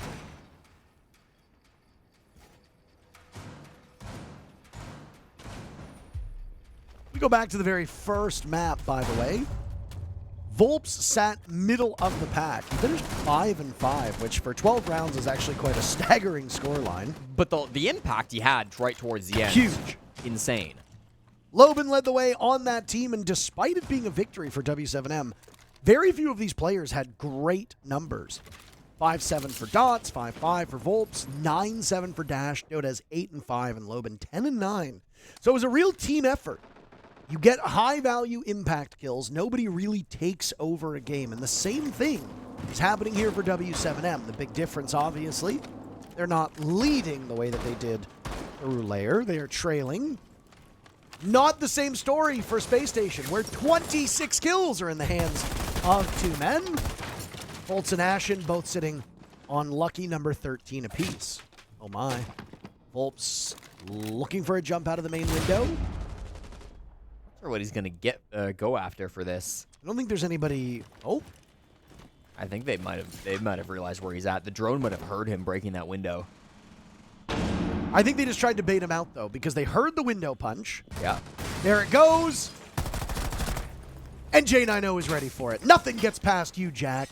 He was going to run out and try to kill the Blackbeard, who was up on that new Balk rappel. that makes and it was sense. deliberately planned for that. J9O knew it was coming, and Ashen went up there with no fear. Let me tell you, though, I don't think Ashen's ever been scared of anything in his life. Probably not. Really does feel like SSG have read w7m like a book this game. In every single chapter. Now they've got 4 more to find until they can head to the last map. Benja Master with yet another kill, and, well, the house of cards for w7m might be crashing down, but they just got 2 very quick kills to equalize. Forrest has not had a lot of opportunity to impact the score sheet. He gets 1. Dodez is left all on his lonesome. This match slipping through the fingers of w7m. They know where the player is. They all hunt for it, and Forrest with a 2-piece to send Cafe away. A significantly better outing for Spacestation on Cafe. Both of these teams win each other's maps, and for the first time today on the B stream, we will need a 3rd map. Both teams draw even. Jesse, Spacestation get it done. That they do. Parker, the astronauts, starting on the upset road up against the reigning major champions. Not a lot of people thought they could do it, but they are well on their way against the favorites for the whole group. 1 more map remains, as though it's a best-of-1 showdown. Do the defending major champs get it done, or does Space Station humble them? We'll be right back.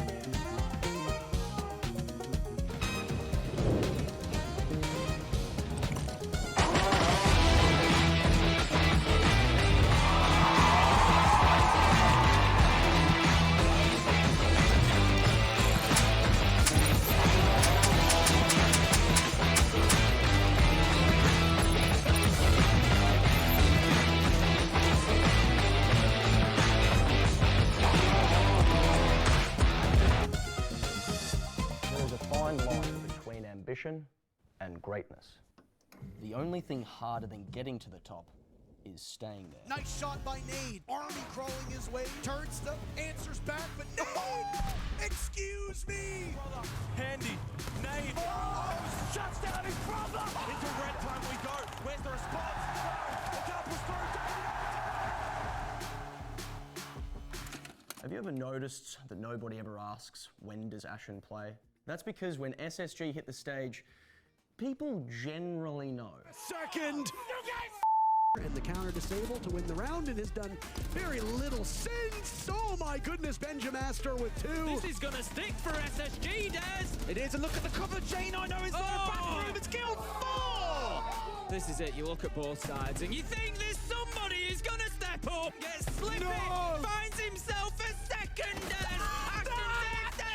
make it a 3rd! It's a 3-kill! The king without a crown. BDS have conquered a continent. Fire was the best console that we've seen. Oh my, always is a target! This can be made successfully. Information from the bees! It goes in, Shocker! And he swings on to Dodez! Vintage Breeding showing up, running out of time. Round in the corner, bees, information. Shaiko pushing for it, Nath is there! This team has talent, experience, style, and a fish. Creeps in the 1v1. Relocating towards Raptor. Creeps want a swing and a quad. Disgusting quad. Be in rounds with Buck. They will get the plant down. Leader again taking another 1v1. He knows the plan is close and he gets the headshot kill. But he'll move in, and it doesn't matter because never mind. Time, right? He's got to push forward. Reeps might be able to hop up before he gets there. Force sprinting up. He doesn't know. The 1v2.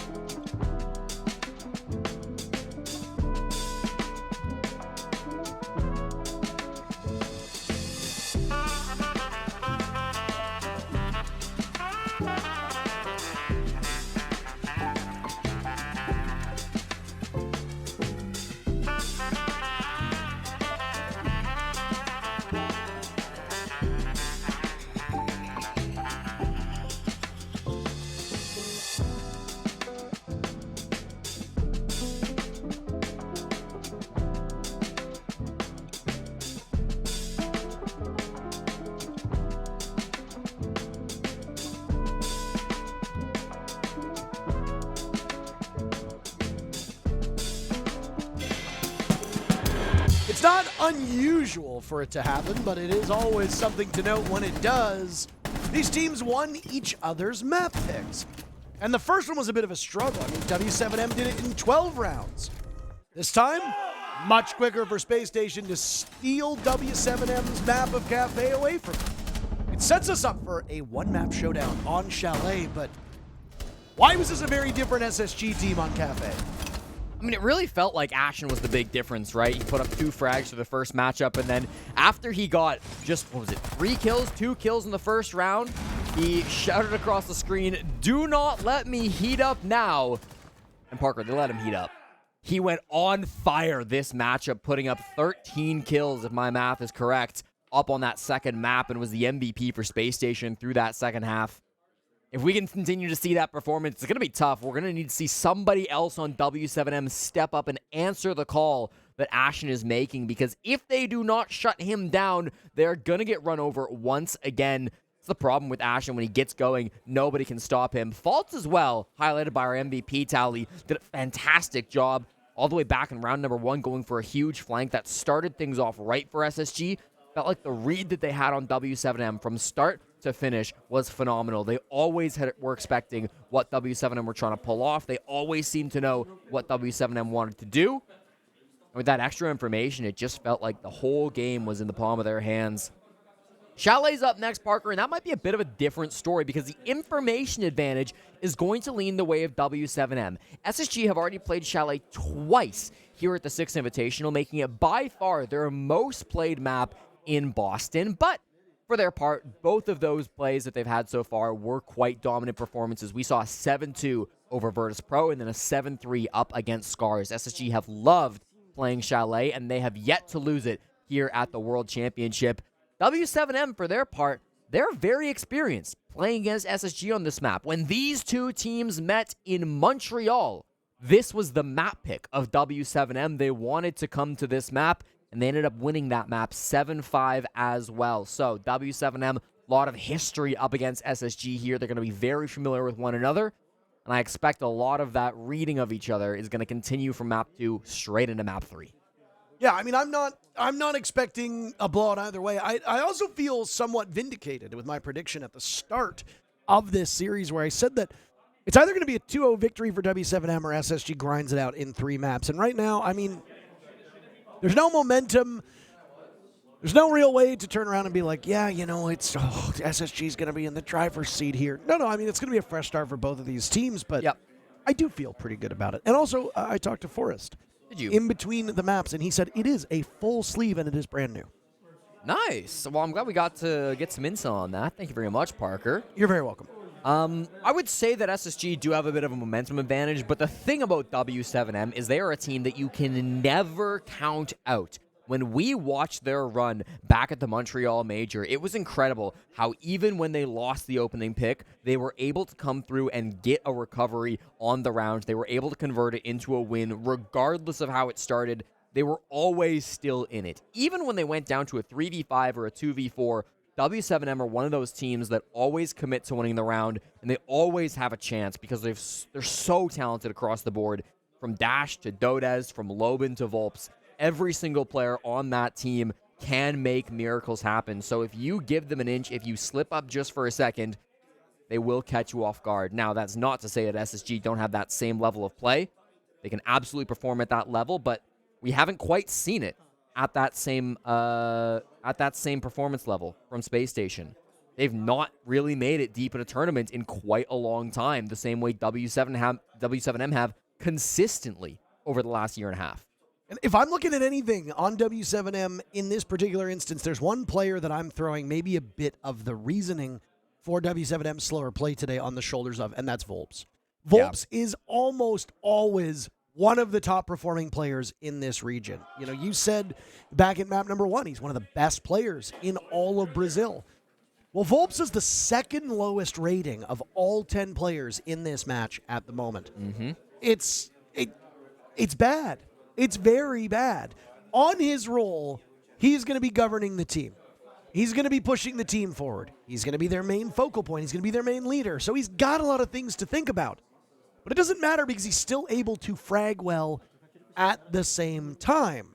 this match is obviously quite the exception, because through both maps, he's sitting at just 7 kills. Quite a poor tally overall, and well below what we see of him when he plays up against even better competition. I'm not saying that SSG's bad competition, but Volps, on a number of different teams, has been able to rise to the occasion. And in this matchup, some things are just, unfortunately, not clicking for him. We are, again, for some particular reason, on a long delay between these maps. I do not know why we are waiting. I mean, I think we are all Volps' face at this moment for some particular reason. The last 2 maps have taken a long time to get into, and I don't know what the culprit is. It's been a tough tournament overall from Volps, honestly. When they won the Montreal Major, he finished with a plus 21 KDR overall. Coming into this game, he sat at minus 17. So he really has been having a tough tournament compared to the high highs that he's seen in the past. Now, it hasn't stopped w7m from winning games. I will remind you that every single time w7m have gone into a series at the Six Invitational, they've walked away with a 2-1 victory, winning the final decider map. Will they do it again? The audience doesn't think so. A wild swing in favor of SSG as we load into this final map, the snowy hills of Chalet. Let's get it right underway as we jump into the operator bands to decide which of these 2 teams will walk away with the victory. On Chalet, Spacestation will have the very first ban. Do they take out a shield? Do they let one stay? They've been loving the shield so far, despite the fact that we've seen some good play. We'll ban out the Blitz, though. Once again, we have the HUD glitch, so do not pay attention to the names on your screen. SSG ban out the Blitz, and w7m will have the next 2 bans. w7m themselves could choose to take out a shield. I've said that Forest's Blackbeard play on map number 2 was quite spectacular, so that's an option for them. They will choose to take out that Blackbeard, respecting the play that we saw at a Forest in map number 2. I do appreciate that. w7m's most common ban on Chalet will be the Azami on the defense, and they didn't have to think too long about what they're removing this time around. That's because they're following tried and true, taking out that Japanese operator that can be oh so powerful. And our final ban, chosen by Spacestation, maybe a Tubarao, could be a lot of different ops on this map. They choose a lot of different choices, and it will be Frost, so they won't have to check their windows as they start hopping in doorways. You don't look down. Frost is a very strong operator on this map for a number of reasons. She's got a good gun, and she's got very good gadgetry around here. But the big thing that a Frost on Chalet brings is that, more than a lot of other maps, you have to jump through windows to get into Chalet. One of the biggest pain points for teams is tackling that library by vaulting in through the windows. Now, there's 2 big windows that you're going to look at. There's also a window across from it just at the top of Blue Stairs. And if you look down, there's going to be a frost mat underneath you. A lot of times there will be a player within range of that frost mat, so that even while you're temporarily incapacitated, because frost mats are not lethal any longer, you can get yourself back up, albeit with a debuff. You're going to have to pick your poison. Do you shoot the frost mat? Do you go for the player? What are you going to do here? And she's very strong. You can also use frost mats in and around the kitchen and solarium area. You've got the window inside of master bedroom that you have to worry about as well. Lots of opportunities for her to cause issues that teams just don't want to deal with. It's easier to get rid of her, and that's why we don't see her in action. SSG will start on the defense here. They've got a 75% win rate defending on Chalet through this event. Again, they've played it twice before their matchup now against w7m. Games and Bar has been their best site, as they have yet to lose it through 3 plays. 100% win rate. The top floor has been their worst, and with an Azami ban, it wouldn't surprise me if we do not see that coming through. Ashen on the Boss G hunting for the first, but it's his teammate of Benja who will instead suffer the opening death. Not an ideal start, but Boss G, even though it did get a bit of nerfs, is still quite strong here, Jesse. Next one up is the Finca. Missed opportunity, and it's a shootout inside a solarium. So many players wanted to take care of Benja. Both these teams sit at 3 apiece. You got the logic bombs going off. You've got the adrenal surge on the other side of it. Both teams right now being affected by gadgetry. A big play from Dodez as down goes Fultz. And SSG now is the team that trails in terms of numbers. Yeah, the objective for Spacestation was to walk away from that roam game with a man advantage. They couldn't quite do so. Their util in sight is relatively weak. They've got some mirror windows and, of course, some secondary utility like beepers and deployable shields, but this was a real commitment to the roam game that didn't exactly pay off. Yes, you cleared out the hard breacher of Volps, but there's can openers still being held by Dots. You did eliminate the soft breach of Loben, which might end up being quite impactful. But that's your primary advantage. Dots alive with these Capital bolts is still going to have a huge amount of value. The logic bombs will come out. This will be the final one just used by Dash as they start to set up towards this push. We're going to see some heroics of the two anchors of SSG. This push is coming in from many directions. Dash is going to have his man in just a second as J90 doesn't want to get involved in that at all. He decides to engage after watching Forrest go down, and J90 has suddenly made it a 1v1. It's him and Dodez with Dodez inside of blue. What a round by Jack! Space Station had no business winning that one, but win it they do, Jesse. Beautiful play from J90. Of course, 22-year-old flex player coming in from Wisconsin. He has been so phenomenal for SSG. All throughout this tournament, he has been the guy that they've relied on. Yes, Benja's had the flashy plays. Yes, False and Forrest can clutch up when they need to. But it has been J90 who time and time again has been the one to be consistent round after round, game after game. And he steps up so big for his teammates there. You got to think if you're Dash in that round, finishing off that kill, yes, you may have gotten a 3K, but that might be the mistake that you've learned to regret. If this game starts to spiral out of control, that might be one that they look back on. And those are advantages you can't be throwing, Parker. They had everything that they could have wanted in that push. They had the extra direction. It was a 1v3. They just had to play together. Plenty of time still on the clock. But they gave the opportunities to Jack, and he took them gladly. Now this is going to be another early lead from SSG. Just 1-0, but that was the way they started on Cafe, and w7m never seems to be able to stop the momentum. There is a real danger, and I know we're only one round in, but I'm still going to say this. There's a real danger that the momentum from Map 2 will carry on through Map 3, and things will fall apart for the Brazilians. It's been a long, long day for these teams. I mean, at least here on the B stream, things have gone by pretty quickly. So, I mean, I don't think fatigue or anything like that sets in. These teams have had an abundance of time to scrim and prepare for this map. The A stream just began their match not too long ago, by the way. That's the Furia Shopify Rebellion game that's going on, so we are well ahead of them, if that's any consolation. Great games going on.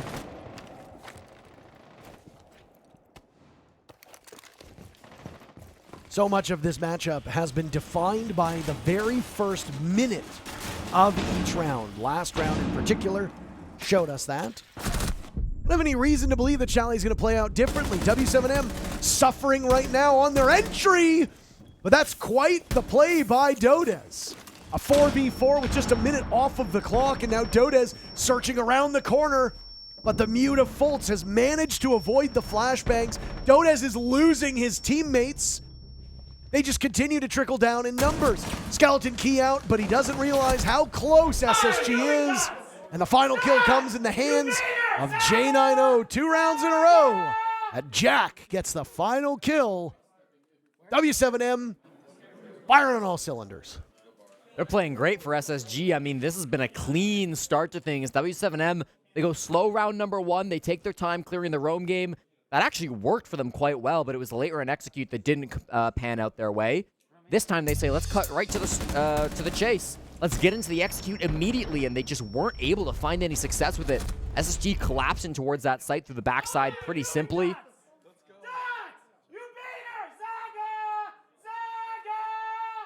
It sounds like a baby talk, like goo goo gaga. I could not understand a word he said. Something about Bader, I think, and then I heard goo goo gaga, and I'm like, that's not what he's saying. He definitely called Dots a baiter. That's for sure. And Dots on the hard support shield play, I mean, that is kind of his role. Regardless, SSG, they're going to be shouting no matter how the rounds go. If they win, if they think they can get into your heads. I just said it, after round 1, the momentum could start to get away from w7m, and Ashen screaming across the curtain is one of the reasons how that could, or one of the things that could affect that. So Important that w7m can keep their cool. Not sure if that direct site rush was really the right call from them. Obviously, it was read pretty easily by SSG. Feels like every time w7m go for these direct, fast rushes, both on Kafe and now on the third map, Spacestation are more than ready for it. You can tell their backline support staff have been doing an amazing job.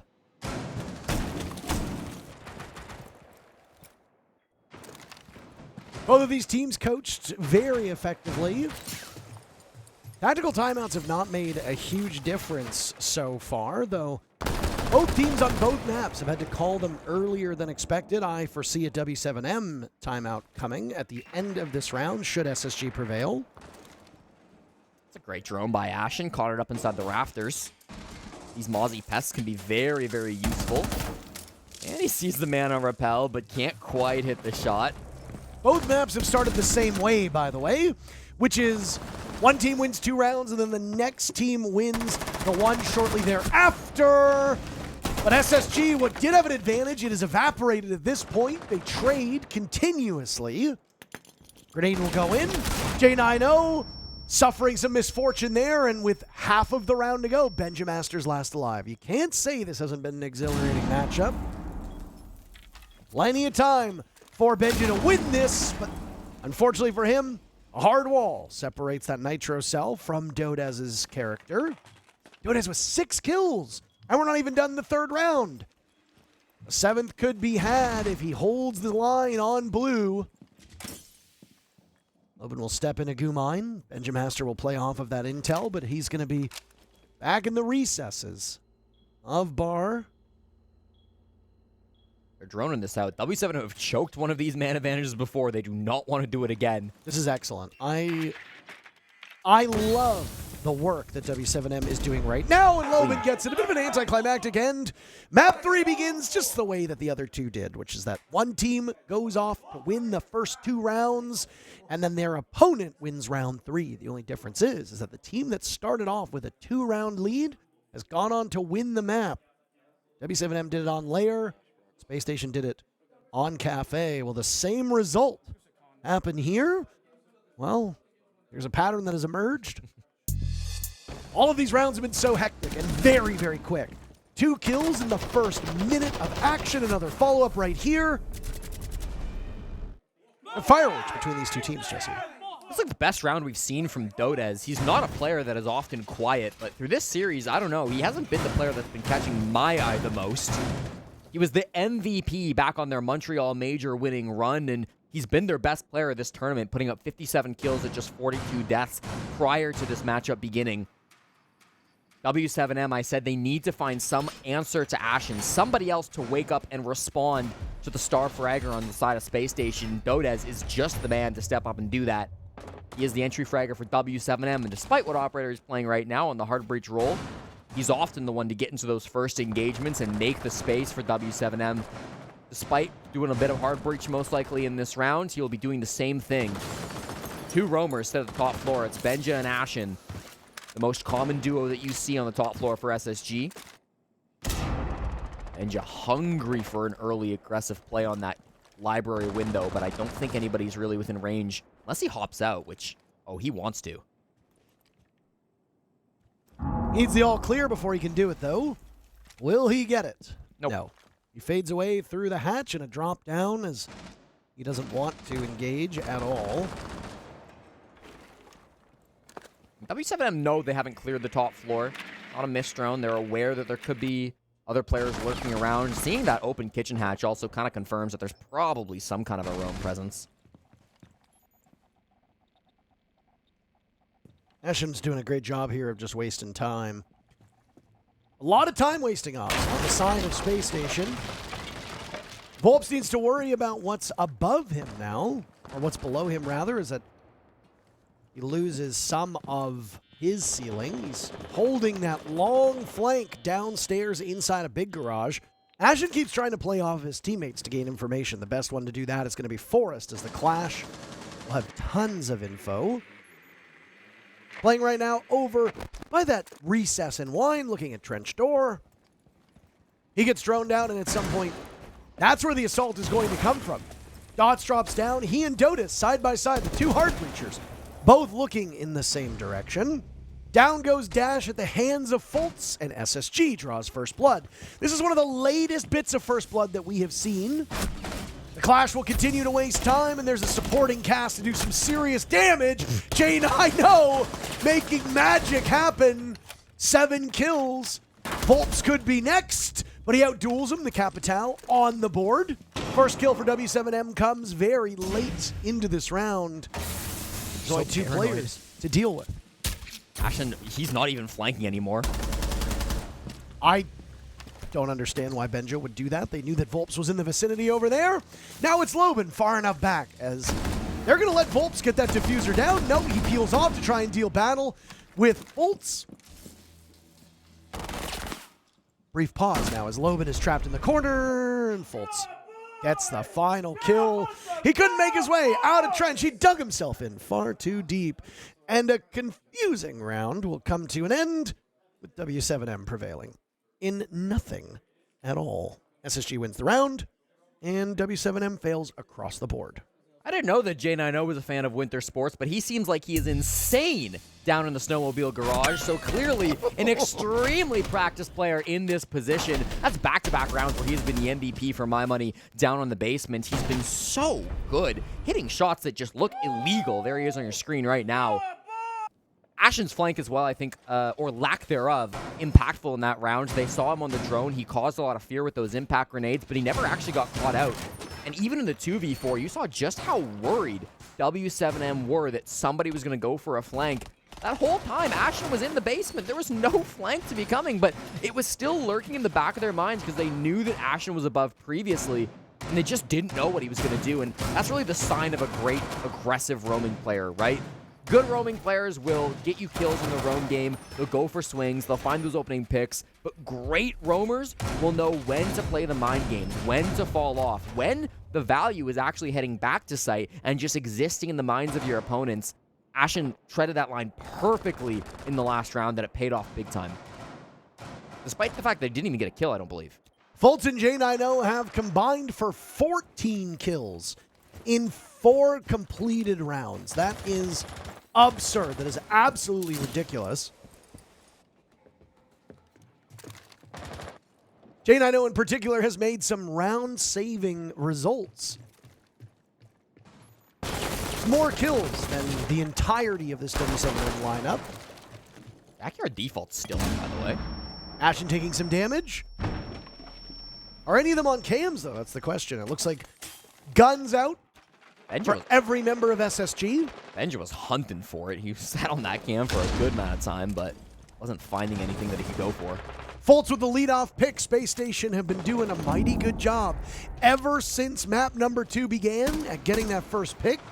Ashen dies, though, so some gains and some losses here for SSG. Loben reduced to half of his HP. J9O in a position to do some damage as well. They don't spy him, but they've got a good read on him. There's a yellow ping there, and even with all the information, it does not work out. J9O conquering W7M. They are just walking into these players from Space Station. Another person hits the deck. Dotez has 6 kills. Dots, none. Those are the last 2 players standing for the Brazilians as they just continue to hunt for kills. SSG are toying with them at this point. That's a super shorty. No, that's the regular ITA shotgun through the floor. Dots will have to sit out another round killless as Dotez is in a 1v4 with a minute to go. Ashen getting a little mean. All part of the strategy, Parker. Get in their heads. Make them tilt. They both had 7 kills apiece at the start of the round. Fultz has picked up 2. J9O has picked up 1. Dotez will probably try to play off of one of these drones here, Jesse. Who will get the final kill, though? Will Forrest break his goose egg? Will it be Fultz to go through 10 as he's tucked in close on this corner? No. Dotez slaughters him in that spot, and now a drop through main lobby as he's under about 30 seconds of this clock. Doesn't hold the diffuser. You gotta hope for kills at this point. Getting ever closer, it's Benja Master, not one of the 2 players that we had referenced to get that kill, and Space Station now sitting at 4 rounds to W7M's 1. Bad, bad, bad place for the Brazilians.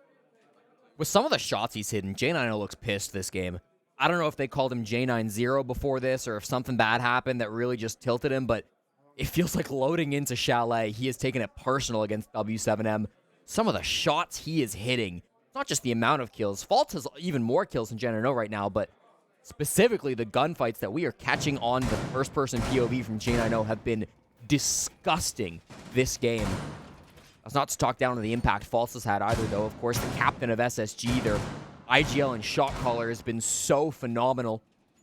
Playing on those late round rolls, setting up as the anchor more often than not, but always getting that value. And now it's 4-1.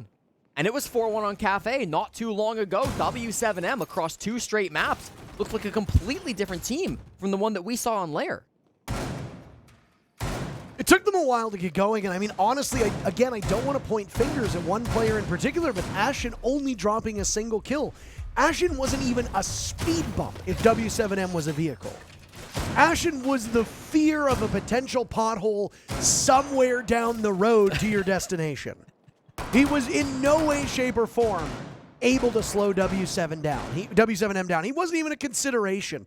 And when you've got somebody like him, unable to hit shots, with the way he was roaming as a defender, the way he was entering as an attacker, the utility he was bringing, he's effectively useless for your team. In a 4v5 against the defending major champions, you're not going to win that. And I mean, he went from map 1 to map 2, turned into a brick wall that the car just smashed into. And now, just the threat of him, the idea that he might get on the roam has been enough to terrify W7M in these rounds. Dash loses 2 Candelas through that open window, and the smoke will go out as well. Ashen dies early in this round, and now Dots will tuck himself into the bomb site to get the diffuser down. He takes a bit of damage in the process, waiting for Fultz to be able to see through the smoke, but he doesn't let the gadgetry recharge. It's a mad scramble for the final 40 seconds. Benja Master eliminating Dots. That's the shield off the board. The biggest hindrance towards winning this round should be gone for Space Station. The next obstacle becomes getting outside and dealing with these players who are on rappel. Power positions for W7M. Hold on. J90 manages to get the job done. Good Lord, W7M. How many rounds are you gonna let Jack take from you? 3 clutches from J90. He does it with over half of the server still alive. A 5-1 first half, and Space Station is spanking W7M. That's a troll. I gotta say it again. That's a troll. Where's the stopping of that plant denial? We saw him just get on the kit. There was a player on big window that was on the rappel, but whether he didn't have the angle or whether he eventually did get pressured out, there was nobody that was able to stop him. 4 players on W7M alive.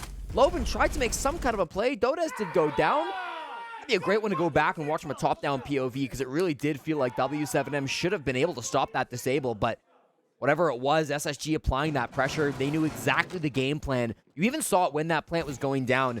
The way they positioned, they were already playing for the post plant, moving over into bathroom so that he killed the Monty right after he got the defuse kit down, bringing everyone else back to site, throwing a couple players down below so that somebody might be able to jump out and go for a kill onto that repelled player. Whatever the game plan was, SSG were very sure of it, and they were able to stick that disable with full confidence. The reigning major champions look like absolute wet noodles in the hands of SSG. I've been more scared of confetti cannons.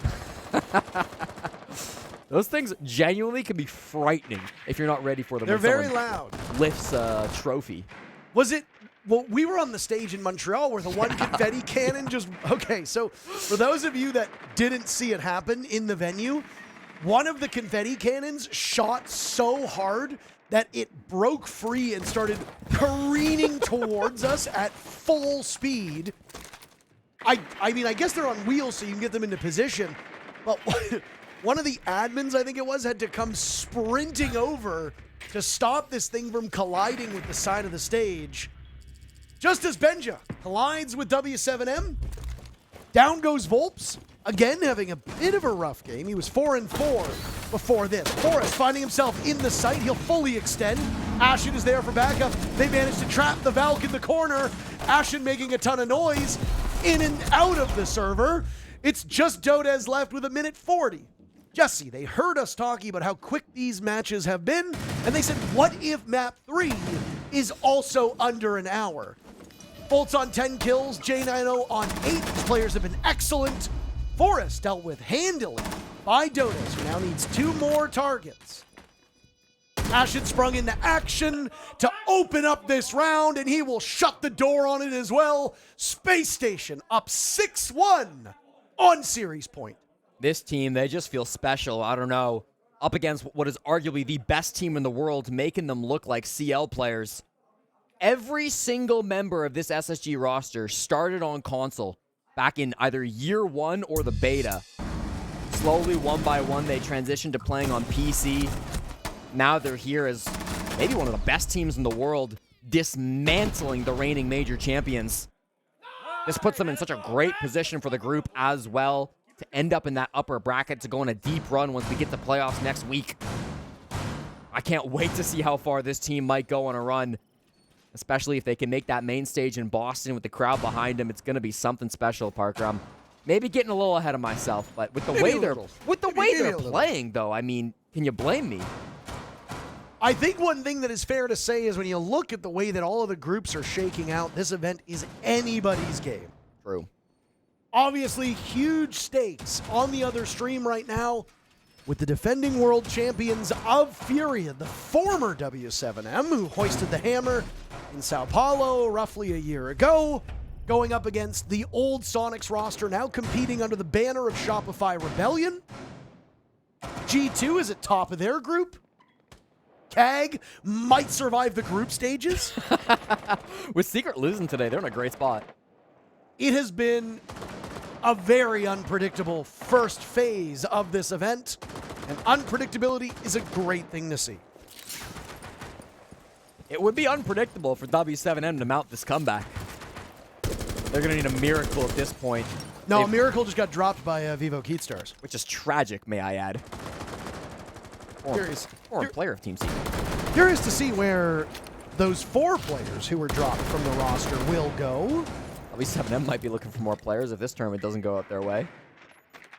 Dots is 0-7 at the moment, but mind you, Dots is on one of those operators that, or rather one of those rules where he's not really tasked with getting lots of kills. I will say, though, Dots' scoreline today is quite grim. 6-21 is the scoreline for Dots, averaging just 2 kills a map. I get that we don't always harp on the kills for support players, but you gotta be able to fight back, and so far in this map, Dots has not been able to. To be fair, the other support player on the other side is also not really doing a whole lot. Forrest is at 1. It's worth noting that they have the same amount of kills. They are both sitting on 6 kills. The big difference, Forrest has 13 deaths, Dots has 21. Wow.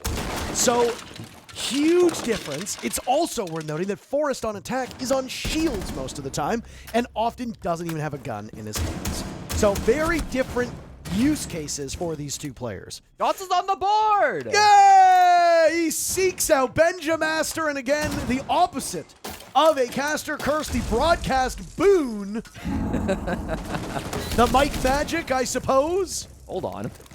This might be a winnable round for W7M. Down goes J90. Benja Master had died shortly before, and now W7M will mag dump into the site. Dots is dropped. Dodez might join shortly thereafter. Ashen is on a one-man mission at this point. You'd have to retrieve Fultz, but Fultz is right now. He's in the lion's den. Out goes the death mark. 2 players remain. The smoke of Lobin will be out of sight, out of mind. Wait a moment. It's a 1v1. Ashen, the miracle play. Fultz crawling to him. Dodez has no insight. Fultz can get picked up in just a second, but you're running out of time. You've got to move. Neither of them have diffusers. They have to bait out Dodez. They rush in towards office. Fultz knows where he is with diffuser in hand. Dodez will creep up. No way Fultz survives this as Dodez gets it done, but a nail biter of a round. SSG will count their lucky stars, as will W7M. That could have gone either way. And we play on. Ashen very close, but couldn't play the final kill correctly. Chose to waste so much time as his last player crawled his way to him and then just sprinted in the doorway and lost the fight immediately, putting Janano into an unwinnable position. Awkward, but that wasn't supposed to be his round to begin with, all right? You're not going to be too worried about that if you're SSG. Much similar to when Faults lost the 1vx on Cafe. That would sting a little bit more if the game wasn't still in a dominating position for the North Americans. Realistically, as long as they can close it out in one of the next 4, that's not going to be one that people will remember. You just got to hope that it's not the starting fuse for W7M to get their momentum back. Dot's got 2 frags in that round, and we were talking about him as somebody who didn't really step up. Again, he's the hard support player. He's the shield player on W7M, but even still, if he comes alive on defense, that could be all the difference that W7M need. 0-0 every single round. Those are the words of the coach of Super. And I think it reigns true in a match like this. And if Super says it, it must be true. I believe that's what he says. And I believe that's what his emojis say. Listen, it's wise words. You know, a game of Rainbow Six Siege needs to be taken one round at a time, even when you're in the lead 6-1, 6-2. Nothing is given, especially at this level.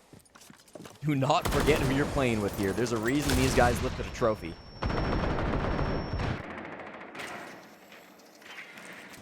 This org has come back from the same deficit. Different team, though. Yep. And we've seen teams on 6-1 and completely drop the ball. It's possible. There was a side swap in there, too, so who knows if we're just looking at a defensive masterclass. SSG might be battling uphill. Maybe they've mentally broken the spirits of their opponents. Who knows? But so far, over the last 2 maps, there's been very little to suggest that Spacestation is the worst team. All comes down to a couple rounds on Lair, by the way. This could have been a 2-0, but it's not transpire. We get treated to a 3-map matchup. And just hunting here. He knows that a couple of players are top floor. He heard them with the logic bomb. Takes his time to drone a little bit. A lot of SSG players kind of working their way in towards the basement. Some West main play late into the round. They're actually just repelling up the solar now. Benja more of a pinch player at this point. Mirror window popped. Good patience right now from Space Station. As there goes their last logic bomb, and they'll use that to greater effect, I imagine, than the first one. Now they creep up ever so gently. Benja knows there's one tucked into the corner of office, but cannot connect. W7M are not giving an inch to Space Station, and I figure, why bother? Look at what's going on. All you need to do is wait. A minute to go, Space Station needs to crash into your shores. Sit and wait for them to make the mistake. You don't need to seek it out. I hope this isn't fear I'm seeing from SSG. It seems a little stalled out, no? I think it's because they were banking on a first pick, and none of the utility that Space Station has used has really netted anything. They've used Sense very little. What a shot by Dodez.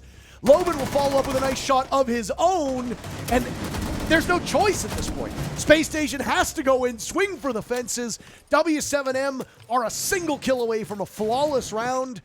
I suspect Forrest is going to sit up here and take a timeout. I wouldn't be surprised if W7M calls a timeout, or sorry, SSG calls a timeout after this round in favor of W7M. The round was going in favor of the Brazilians anyway. You might as well give yourself up. Forrest doesn't really care about his KD at all. Microphones are down, so my suspicion was correct. Call out will use his timeout, and I think it's a good time to do that. You haven't lost the plot yet. You're worried about the side swap. You're on the weaker side. You just saw how much W7M struggled with it. Now, after one good round on attack, you're in the exact same predicament. You might as well slow down the pace, slow down the tempo, discuss it, work through it. Call out an excellent coach in a situation like this. He knows what it takes to go on a deep run. I remember that Six Invitational run back in 2023 on Astralis when he led 2 of the players on this team to a top 4 finish, eliminating BDS in that tournament run as well, I should mention. A loss that almost forced Liquefact to retire, as he announced in a interview that went out shortly before this event.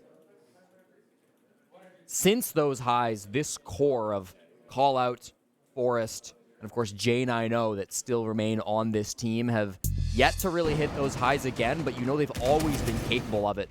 They've only gotten better since that run, back with iconic Shuttle and Spiff on the roster. Spaceman Spiff himself.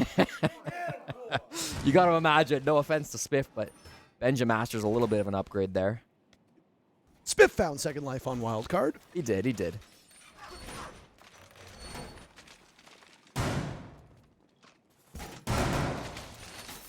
Didn't really get to hear what Callout discussed.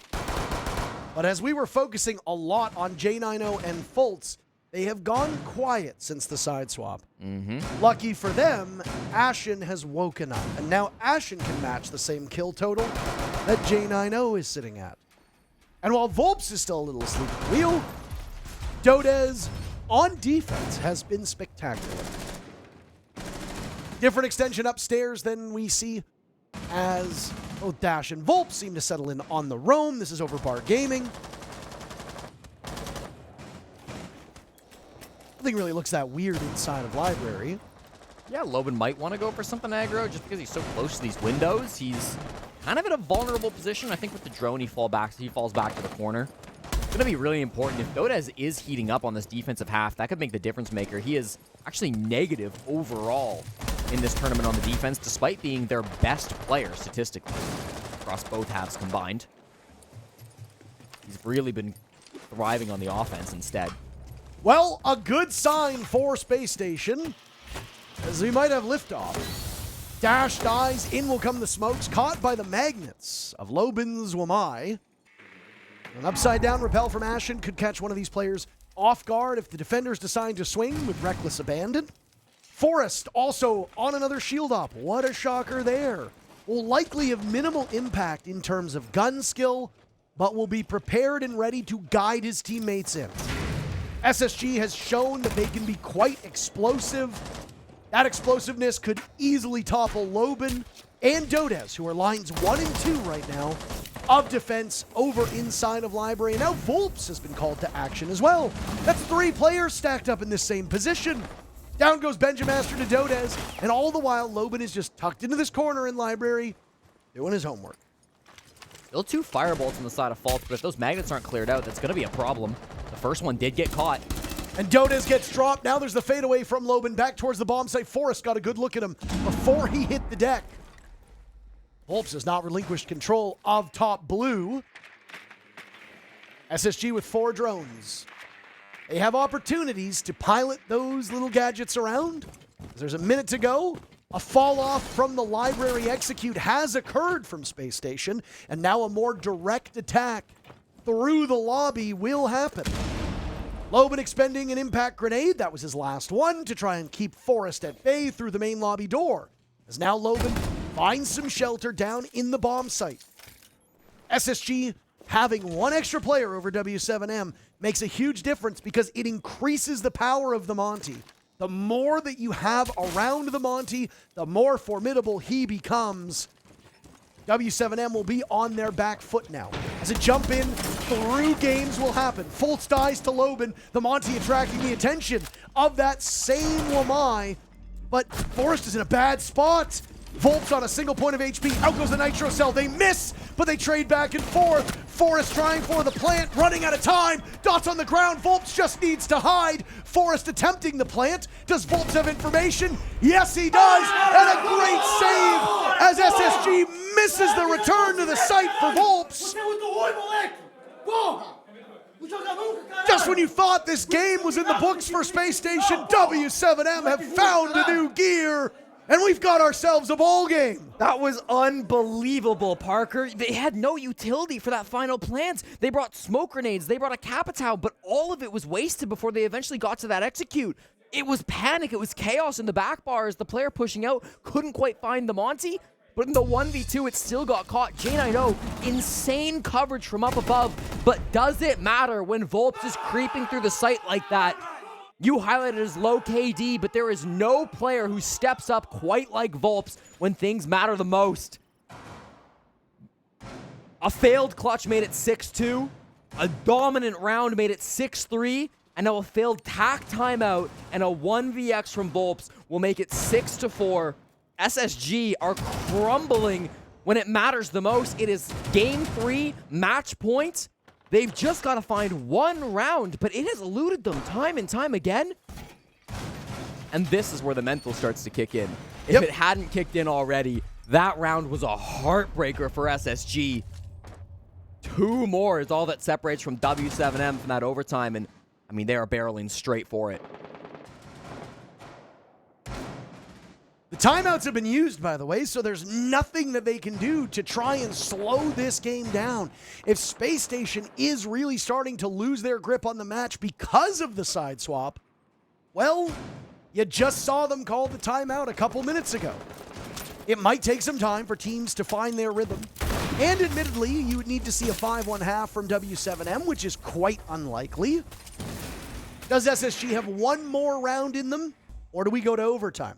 We know that this map is the end of the road in this best of 3. It will not be a quick affair. That much we know. SSG have had a big problem of finding opening picks early. They've really stalled out for the last couple of rounds in the early game.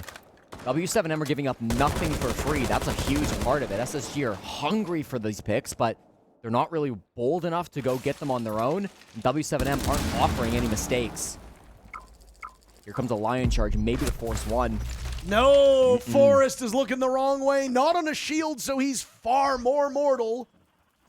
Forrest killed from behind in w7m with that opening pick.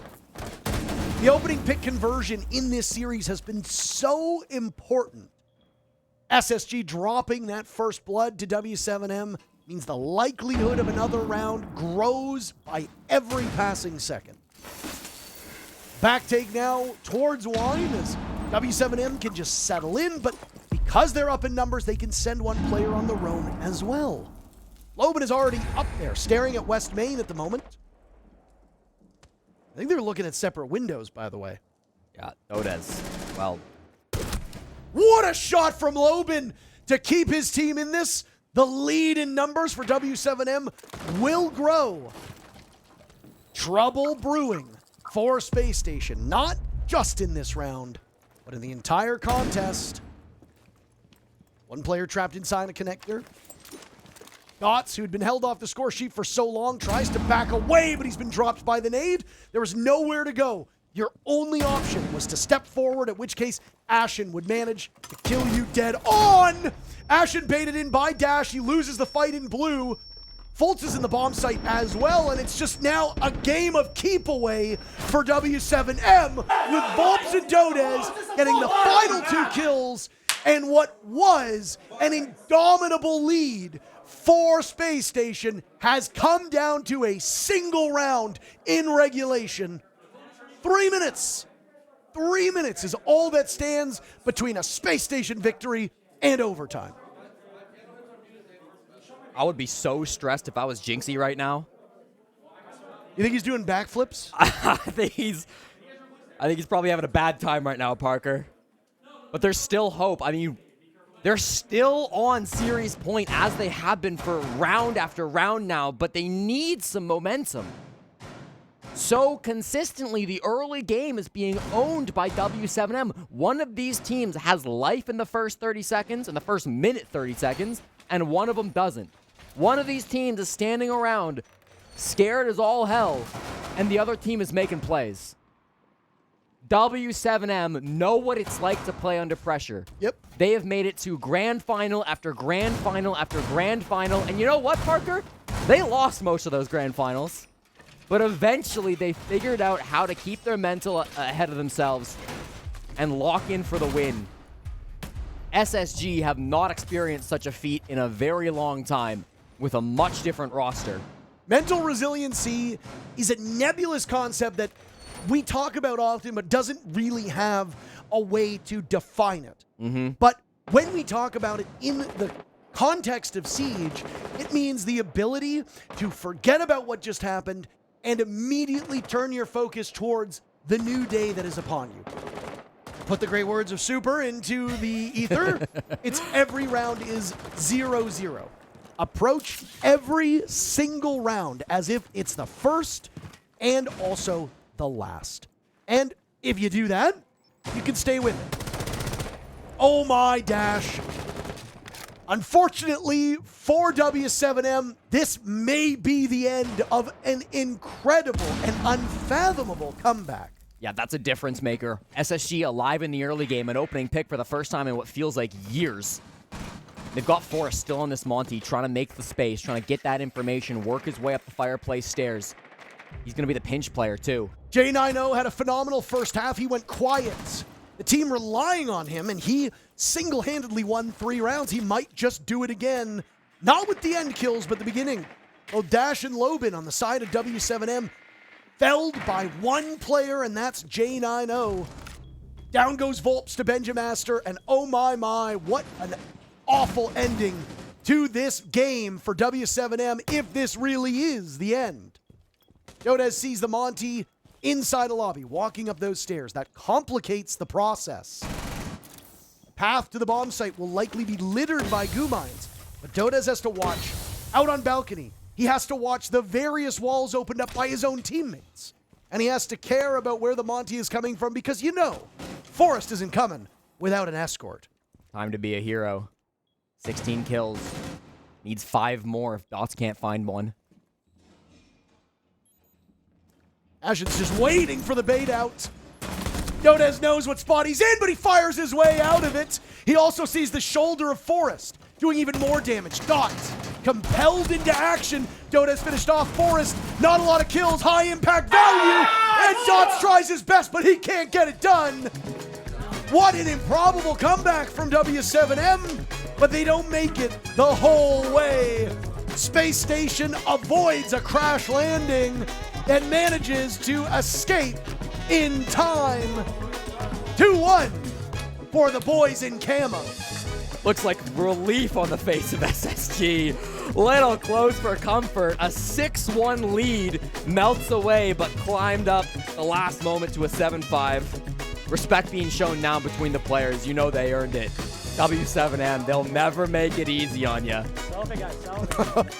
Neither of these teams make it easy on you. SSG don't make it easy on their fans. That's for sure.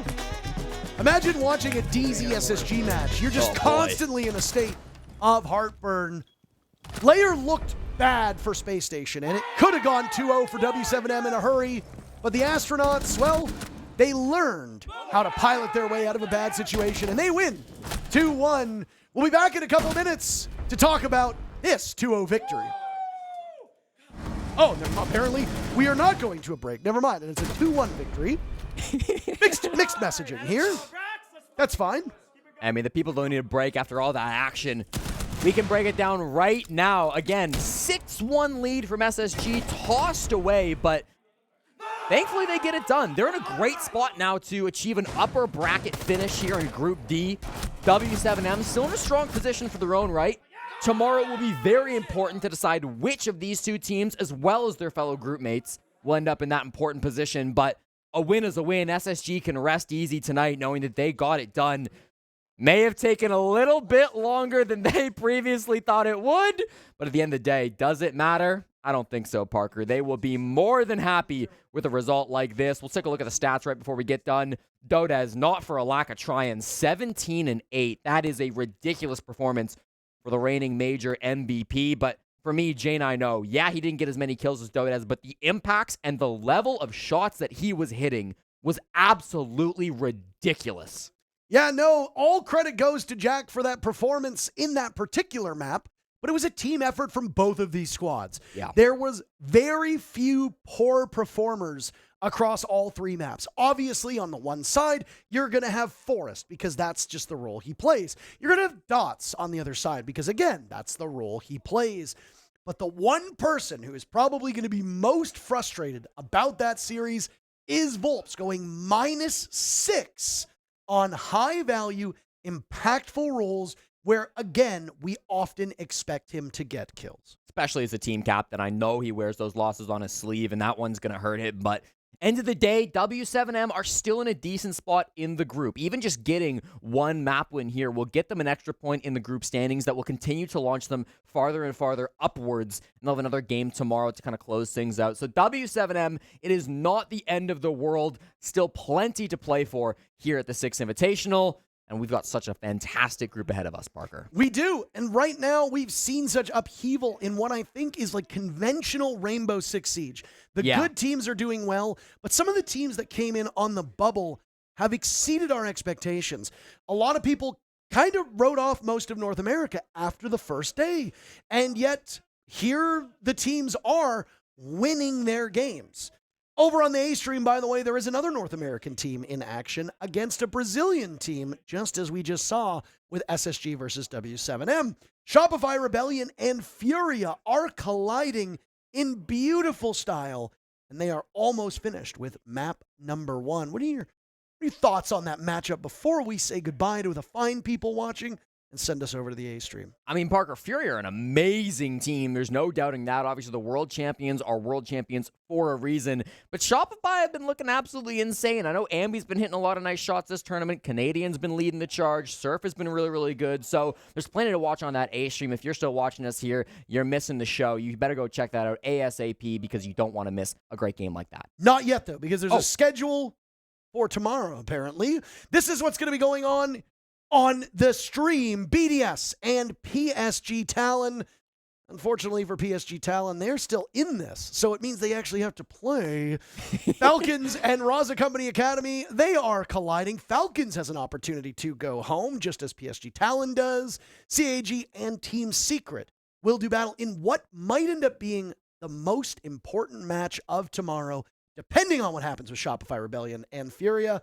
And then FaZe and Furia will occur to end the day in what is an SI Grand Final rematch from Brazil last year.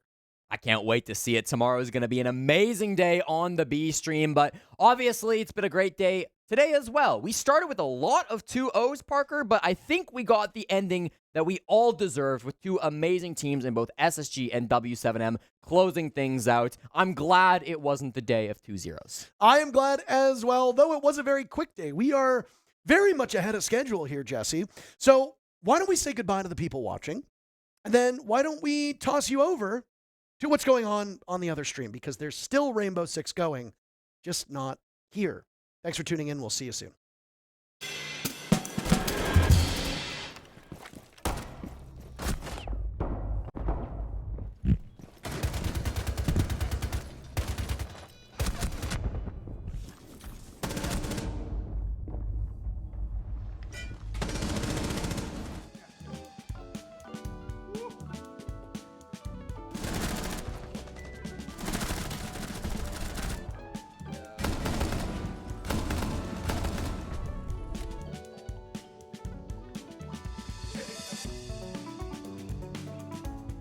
Yeah, I